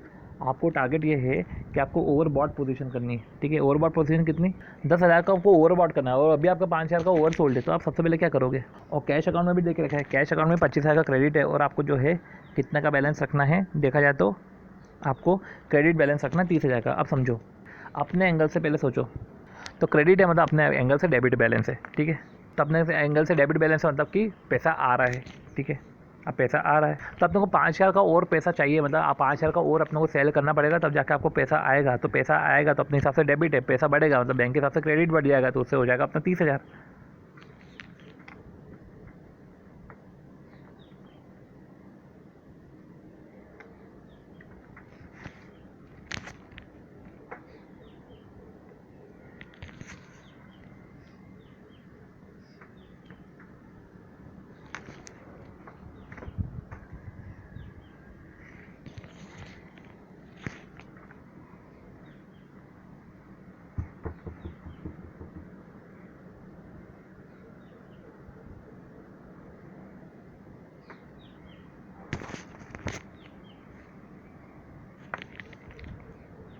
तो पैसा आपका आ रहा है, ठीक है ना, आ रहा है, तो आपको ऐसे केस में इनवर्ट लाना पड़ेगा। तो ऐसे करते हैं, इसमें से बोलते हैं बाय स्पॉट। कि आपने टीटी को आपने बाय कर लिया, क्योंकि आप टीटी सेल करो तो आपका जा रहा है, तो आपका आने वाला चाहिए ना, तो टीटी आप बाय कर लो, ठीक है।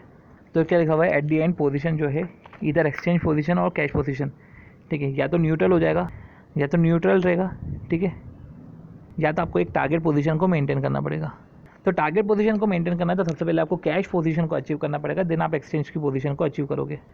और कुछ क्वेश्चन तो बिना नॉस्ट्रो वॉस्ट्रो अकाउंट सोच के ही आपसे हो जाएंगे, ठीक है। अब अर्ली डिलीवरी का क्वेश्चन है तो हम फटाफट अर्ली डिलीवरी को समझ लेते हैं कि एक कॉन्ट्रैक्ट है जो 31 मार्च को होना था, मतलब कि 31 मार्च को रिसीव होने थे, ठीक है। उसने कंपनी को बोला, कंपनी ने डॉलर जो है अर्ली रिसीव कर लिया, 28 को ही रिसीव कर लिया, तो रिक्वेस्ट करा बैंक को, ठीक है। तो इंपॉर्टेंट ये है कि बैंक कॉन्ट्रैक्ट रेट पे ही लेगा, उससे चिंता मत करो। अब इधर हमको सबको ना बैंक के एंगल से सोचना है, समझो, अच्छा क्वेश्चन है। तो सबसे पहले वो आपसे कॉन्ट्रैक्ट रेट पे ही लेगा। अब बात है स्वैप लॉस की, तो स्वैप लॉस का मतलब क्या कि उसने अभी ले लिया आपसे, तो अभी के अभी वो किसी को बेचेगा भी, आपसे अभी ले लिया तो अभी किसी को बेचेगा भी, वो बेचेगा भी तो और 31 मार्च को खरीदेगा, ठीक है। मतलब कि देखो, उसने अभी लिया, उसने अभी बेचा, तो अभी बेचा क्योंकि उसको तो चाहिए, इस टाइम पे चाहिए ना, तो एंड में इस टाइम पे वो खरीदेगा। तो ये जो A-B है, जो ये है ना, इसको बोलते हैं अपन स्वैप लॉस। तो आया कॉन्ट्रैक्ट रेट आया अपने को, ठीक है। हमने अभी स्पॉट पे सेल कर दिया, ठीक है। अब सोचो, ये इंटर बैंक हो, ये कस्टमर है, समझो, ये भी समझो, ये इंटर बैंक में सेल करेगा और ये कस्टमर है, ठीक है। तो इधर इंटर बैंक होता है तो बैंक जो है वो कस्टमर हो जाता है, वो कस्टमर के केस में बैंक जो है वो डोमिनेंस दिखाता है। तो इंटर बैंक के केस में जो है सेल होता है वो बिड पे सेल होता है, ठीक है। कस्टमर के एंगल में देखो तो कस्टमर के एंगल में बढ़िया, बैंक जब सेल करता है तो आस्क पे सेल करता है। तो स्वैप लॉस जो है वो A-B हो गया। तो ए में आप सेल कर रहे हो, ठीक है, और बी में आप बोरो कर रहे हो, तो एक तरीके से तो ये तो डेफिसिट हो गया। आप बोरिंग रेट और नंबर ऑफ डेज, ठीक है, ये जो रेट जो चार्ज कर रहे हो वो PLR से कम चार्ज नहीं करना चाहिए, ठीक है। तो देखो 0.30 है डेफिसिट, 15% का बोरिंग रेट है और 31 दिन, ठीक है, 31 दिन, ठीक है। और इस तरीके से जो है आपने कैलकुलेशन कर दी है, ठीक है। ये जो आउटफ्लो ऑफ फंड है, इस आउटफ्लो ऑफ फंड को जो है आपने कैलकुलेट कर लिया। अब अर्ली डिलीवरी चार्जेस क्या है भैया, अर्ली डिलीवरी है ना, तो अर्ली डिलीवरी चार्जेस अगर पूछे तो क्या होगा, सबसे पहले तो स्वैप लॉस जो A-B जो तुम्हारे चक्कर में हो गया स्वैप लॉस, और साथ ही साथ interest on outflow of fund. तो स्वैप लॉस तो हो गया A और B का, ये स्वैप लॉस हो गया, ठीक है। और आउटफ्लो ऑफ फंड कैसे, वो अपन ने निकाला कि जो है ये डेफिसिट है, ठीक है, सबसे पहले तो डेफिसिट है, ठीक है। डेफिसिट को बोरिंग रेट से नंबर ऑफ डेज से मल्टीप्लाई करो, बोरिंग रेट है नंबर ऑफ डेज है, और ये जो है अपन ने कैलकुलेट कर लिया। अब बात आती है नेट इनफ्लो की। तो नेट इनफ्लो का मतलब क्या है, नेट इनफ्लो मतलब क्या है कि देखो 2 लाख है, 71.50 कॉन्ट्रैक्ट रेट पे, तो अपने को इतना जो है नेट इनफ्लो है वो। ये क्वेश्चन जो है एक्सपोर्टर का क्वेश्चन था, ठीक है, तो हमको मिल रहे थे, ठीक है। तो ये जो है और अर्ली डिलीवरी के चार्जेस है अपन माइनस कर दो, तो एक तरीके से नेट इनफ्लो क्या है, नेट इनफ्लो अपन उसके एंगल से सोचे तो इसको जो है अर्ली डिलीवरी में जो है चार्जेस लगे काट के जो है इतना 142.695 होता है एक तरीके से। बस आपको ये समझना था कि डॉलर जब रिसीवेबल है तो क्या होगा। तो रिसीवेबल है तो आपको एक ट्रीटमेंट ऐसा करना पड़ेगा, तो रिसीवेबल को पेबल से कन्वर्ट कर लेते, कंपेयर कर लेते हैं। अब देखो रिसीवेबल को पेबल से कंपेयर करा, अब देखो उल्टा देखो इसमें क्या होगा, अर्ली डिलीवरी में इंपोर्टर के केस में हम इंपोर्ट कर रहे हैं, मतलब हमको इंपोर्ट कर रहे हैं तो हम पैसे पे कर रहे हैं, ठीक है। पैसे पे करना मतलब बैंक को तो जो है इंपोर्ट कर रहे हैं। अब देखो इंपोर्ट कर रहे तो एक कस्टमर को तो पैसे देने, तो बैंक के साथ कॉन्ट्रैक्ट रेट हुआ है ना, तो देखो पहले रेट हुआ 46.67 पे। अब भाई वो तो बोल रहा है जल्दी कर रहा है, तो 46.67 पे अभी कर लो, पर भाई 46.67 पे अभी अपन उसको बेच रहे हैं, ठीक, तो अपने को स्पॉट पे बाय करना पड़ेगा, ठीक है। स्पॉट पे हमको बाय करना पड़ेगा। आप समझो क्या बोलना चाह रहा हूँ मैं, स्पॉट पे बाय करोगे तो फॉरवर्ड डेट पे आप सेल भी तो करोगे, ठीक है। इंटर बैंक है तो आपको बीट आस्क का ध्यान रखना है। तो वो जो A-B है कि आपने बाय किया 46.58 पे, ठीक है, और सेल कर रहे हो इतने पे, तो ये तो वापस डेफिसिट हो गया, ये तो आपने स्वैप लॉस निकाल लिया सबसे पहले। और ये जो डेफिसिट है, ठीक है, अब जो डेफिसिट है आपके पास बोरिंग रेट है 14%, देख रखा था बोरिंग रेट 14% और इन्वेस्टिंग रेट, तो आपने कोई बोरिंग नहीं करी, आपने तो इधर इन्वेस्ट ही करा ना। किस तरीके से इन्वेस्ट किया कि आपने उसको जो है पहले बेचा, जो रुपये का जो भी सीन है, ठीक है ना। अब आपने जो है आप सिक्योरिटी परचेस करना, इधर बाय करो मतलब इन्वेस्ट करो, इन्वेस्ट करने का रिटर्न आएगा ना इसका, तो ये इन्वेस्टिंग रेट आएगा, कैलकुलेट होगा, इन्वेस्टिंग रेट है ये। आपने बाय किया मतलब आपने डिपॉजिट करे ना, इसके डिपॉजिट रेट आ जाएगा, इन्वेस्टिंग रेट आ जाएगा, उस हिसाब से आपने जो है ये इन्फ्लो आ जाएगा अपना। और एक चीज़ ये भी समझने की है कि हमने बाय किया 46.58 पे, जो है हमको ये स्वैप लॉस है, जैसे इधर भी स्वैप लॉस था, इधर भी स्वैप लॉस है, ठीक है।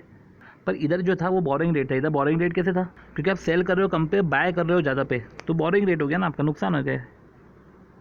देखो समझो बोरिंग कैसे रेट कैसे आया, देखो इससे आपको जो है, इससे तो आपने स्वैप लॉस निकाल लिया, ठीक है। इधर आपने जो है आपने 71.50 का आप वो 71.50 जो है उस पर आप कर रहे हो परचेस, ठीक है। आपने 71.20 बेचा, ठीक है, तो आपके पास जुगाड़ तब आपको बोरो करना पड़ेगा ना उस बचे को पे करने के लिए। कि जो गड़बड़ ये थी A-B नहीं है, ये A-C है, ये A-C ये डेफिसिट है ना, हमने को पैसा ज़्यादा हमको खरीद रहे हैं वो बेच रहे हैं, तो बचा हुआ हमको पैसा चाहिए ना। और यही चीज़ जो इधर है कि हमने बेचा जो है, अगर आप देखो तो हमने बेचा है, ठीक है, हमने बेचा है और हमको जो है बाय कर रहे थे सस्ते में, तो ऐसे केस में जो हमारे पास तो है इनफ्लोज हो गए, तो सरप्लस है, तो सरप्लस है तो इन्वेस्टिंग रेट है, ठीक है, तो 6.3 का इनफ्लो है, ठीक है। हमने स्वैप लॉस निकाला, ठीक है। Interest on outflow of fund है, तो ये तो इनफ्लो से ये कट गया, ठीक है। अब देखो, और साथ के साथ वो कुछ फ्लैट चार्जेस भी लगा रहे हैं, वो फ्लैट चार्जेस लगा के अर्ली डिलीवरी चार्ज ये होते हैं। अब नेट रिसीवेबल कितना है यार, कितना नेट रिसीवेबल ऐसा रहेगा कि आपने इसकी नेटिंग कर ली, आपने हिसाब से बोरो वो कर लिया, आपको बाय कर रहे हो तो पेबल है, ठीक है, ठीक है। अब देखो, आप इधर जो है बाय कर रहे थे, ठीक है, तो ये जो है बैंक को पेबल है, ये पेबल टू बैंक है, ठीक है। तो यही इस तरीके से इधर भी ऐसे ही करना है। तो नेट रिसीवेबल, ठीक है, 1 सेकेंड, ओके, नेट रिसीवेबल मतलब कि नेट रिसीवेबल फ्रॉम कस्टमर, हमने बेचा ना इतने में, तो नेट रिसीवेबल फ्रॉम कस्टमर कितना है, इतना है, ठीक है। इस तरीके से अपने जो है इन चीज़ों को समझा है, ठीक है। सोचना सब बैंक के एंगल से सोचना है, ठीक है आपको। और इसमें जो है ये तो अर्ली डिलीवरी वाला क्वेश्चन हो गया कि जब अर्ली डिलीवरी हो तो इस टाइप से जो है आपको एक्सपोर्टर इंपोर्टर के क्वेश्चन थे, ठीक है। अर्ली कैंसिलेशन है, वो ऐसा है कि ड्यू डेट ये है, वो अभी आ रहा है, वो बोल रहा है कैंसिल कर दो, तो कैंसिल कर दो तो अपोजिट कॉन्ट्रैक्ट कर लेना, इस तरीके से कैंसिल हो जाएगा। जैसे कि ये 3 महीने में आ रहा है, या भी आया बोला कैंसिल कर दो, तो पहले परचेस कॉन्ट्रैक्ट करा था, 1 महीने बाद आके बोलता है सेल कर दो, 3 महीने का पहले सेल कॉन्ट्रैक्ट करा था, 1 महीने बाद आप बोल रहा है परचेस का कॉन्ट्रैक्ट, मतलब इन द सेंस कि कैंसिल करने का कॉन्ट्रैक्ट है, ठीक है। अब समझो, हमको देखना सब बैंक के एंगल से ही रहता है, ठीक है। और देखो बाकी जो है कैंसिल वैंसिल का देखो एक और है कि देखो ये जो है आपको बाकायदा फॉरवर्ड, जैसे कि बैंक के एंगल से क्या है समझो कि स्विस फ्रैंक परचेस करने का था, ठीक है, और जो है रुपी बाय स्विस फ्रैंक ऐसा दे के रखा था 32.40 परचेस आपने करके रखा है, ठीक है। 25/3 को जो है वो बोल रहा है कैंसिल कर दो, तो कैंसिल करोगे तो मतलब बैंक को सेल करना है, तो बैंक कस्टमर को सेल करेगा, सेल तो कस्टमर को करेगा, तो वो आस्क पे सेल करेगा, तो कैसे करना है अपने को समझो। आपको रुपी बाय स्विस फ्रैंक का रेट चाहिए, ठीक है, तो रुपी बाय स्विस फ्रैंक का आपको रेट चाहिए, और आपको ये जो दो है, ये दो आपको डिफरेंट रेट्स दे के रखे थे, ये दो आपको जो है डिफरेंट रेट्स आपको दे के रखे थे। तो देखो आप सेल कितने पे करोगे, आप सेल तो जो है उसको सेल करोगे, आस्क पे सेल करोगे, ठीक है। तो ask divide by bid equal to ask, तो 49.4200 है ना, 49.4200, ठीक है। उसमें एक्सचेंज मार्जिन ऐड कर दो, क्योंकि आप ज़्यादा बेचोगे तो 49.9154 हो जाएगा, ठीक है। तो इस तरीके से देखो, अब ये 1 फॉरवर्ड है और स्पॉट अप्रैल है, समझो दोनों 1 महीना फॉरवर्ड है, तो इसमें मार्जिन ऐड थोड़ी ना करेंगे अपन, पर जो है स्पॉट है तो इसमें अपन मार्जिन ऐड कर देंगे। ये अपन ने पढ़ा था नोट्स में, अगर आपको याद हो तो। कि अगर आप देखो तो देखो अपन ने जो है फॉरवर्ड पे, वो फॉरवर्ड में जो है अपन ने मार्जिन ऐड नहीं करा था, फॉरवर्ड में अपन ने मार्जिन ऐड नहीं करा था, 48 और 49 जो दे के रखा था, ठीक है। 48 और 49 में अपन ने मार्जिन बिल्कुल भी ऐड नहीं करा था, ठीक है, मार्जिन नहीं ऐड होगा, ठीक। रही बात है तो अपन ने जो है स्पॉट का ये ऐड करके अपन ने मार्जिन ऐड किया था, ये मार्जिन अपन ने ऐड किया था। वो था अर्ली एक्सटेंशन का। अर्ली एक्सटेंशन क्या है कि अर्ली एक्सटेंशन है मतलब कि 5 जून को कोई सा कॉन्ट्रैक्ट होना है, वो 5/5 को आया, बोला एक्सटेंड कर दो, तो एक्सटेंड कर दो तो क्या है, वो जो कॉन्ट्रैक्ट है एक कॉन्ट्रैक्ट अपना रिवर्स हो जाएगा, परचेस का कॉन्ट्रैक्ट है तो फॉरवर्ड सेल करोगे, क्योंकि अब अपने को फॉरवर्ड सेल करना पड़ेगा, साथ ही साथ एक फॉरवर्ड परचेस का कॉन्ट्रैक्ट करना पड़ेगा, ठीक है। कैंसिलेशन चार्जेस लग जाएंगे कुछ अपने को। Due date extension, due date extension पे क्या है, वो उल्टा कॉन्ट्रैक्ट कराने का बोलेगा, और एक्सटेंशन मतलब कि आपको सेल करना था, आप पहले उल्टा कॉन्ट्रैक्ट करोगे, फिर बाद में एक सेल का कॉन्ट्रैक्ट करोगे, ठीक है। फिर लेट एक्सटेंशन, लेट एक्सटेंशन का भी क्वेश्चन है। अब लेट एक्सटेंशन का क्वेश्चन क्या है समझो, लेट एक्सटेंशन का क्वेश्चन क्या है कि आपको फॉरवर्ड सेल करना था, ठीक है, तो भैया फॉरवर्ड सेल करना था, रिक्वेस्ट करी, ठीक है, वो 14 को कर दो, ठीक है। अब लेट एक्सटेंशन, देखो लेट एक्सटेंशन ऐसा है कि आपको जो है, अब देखो भाई 4 तारीख को आपका था फॉरवर्ड सेल आपको करना था, ठीक है। अब देखो इंसान कभी 4 तारीख को नहीं आया, समझो, अगर 4 तारीख को इंसान नहीं आया तो आप क्या करोगे, आप बेचोगे तो सही, तो आप इंटर बैंक में बेच दोगे, इंटर बैंक में बेच दोगे ना आप, ठीक है। अब वो आ रहा है 10 दिन बाद, ठीक है, वो 10 दिन बाद आ रहा है, वो रिक्वेस्ट कर रहा है कि जो है, देखो क्वेश्चन कुछ इस तरीके से था कि देखो समझो, फटाफट करते हैं।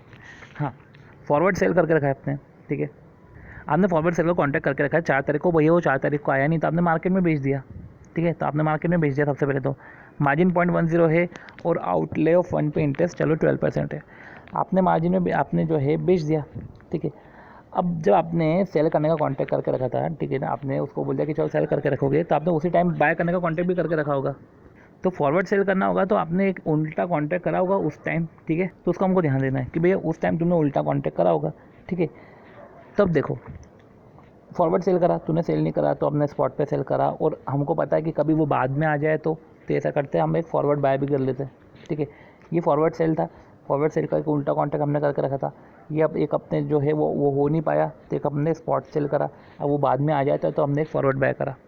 अब 14 को रिक्वेस्ट कर रहा है, वो बोल रहा है कि चलो बेचो तो मत, ठीक है, तो वो रिक्वेस्ट कर रहा है कैंसिल का, तो कैंसिल का रिक्वेस्ट कर रहा है। तो देखो हमको लगा था कि वो सेल का कॉन्ट्रैक्ट है, ठीक है, सेल का कॉन्ट्रैक्ट है, ठीक है, सबसे पहले तो वो हो नहीं पाया, ठीक है, तो अपने को लगा ये आया नहीं, बाद में आ सकता है, ये बाद में इसको बेचना पड़ सकता है, तो अपन ऐसे करता है अभी तो बेच देते हैं, बाद में ख़रीद के उसको दे देंगे, पर बाद में ख़रीद के दे देंगे, तो बाद में ख़रीदने का हमने फॉरवर्ड बाय का कॉन्ट्रैक्ट कर लिया। अब ये इधर रिक्वेस्ट कर रहा है कि नहीं, मैं तो कैंसिल कर रहा हूँ, तो कैंसिल करो तो स्पॉट पे हमको इधर बाय करना पड़ेगा, और इधर जो है कब वो सेल करने का कॉन्ट्रैक्ट करवाने का बोल रहा है, तो हमको जो है तब सेल करना पड़ेगा, तो अभी इसको कैंसिल करके बाद में सेल उसको करना पड़ेगा, ठीक है। अब पॉइंट ये है कि स्पॉट पे बाय किया, काय के लिए बाय किया, कैंसिल करने के लिए कॉन्ट्रैक्ट। इस ABCD को कॉन्ट्रैक्ट का ABCD मतलब कि सीक्वेंसिंग, ट्रांजेक्शन की सीक्वेंसिंग का ABCD मत मान लेना, ठीक है।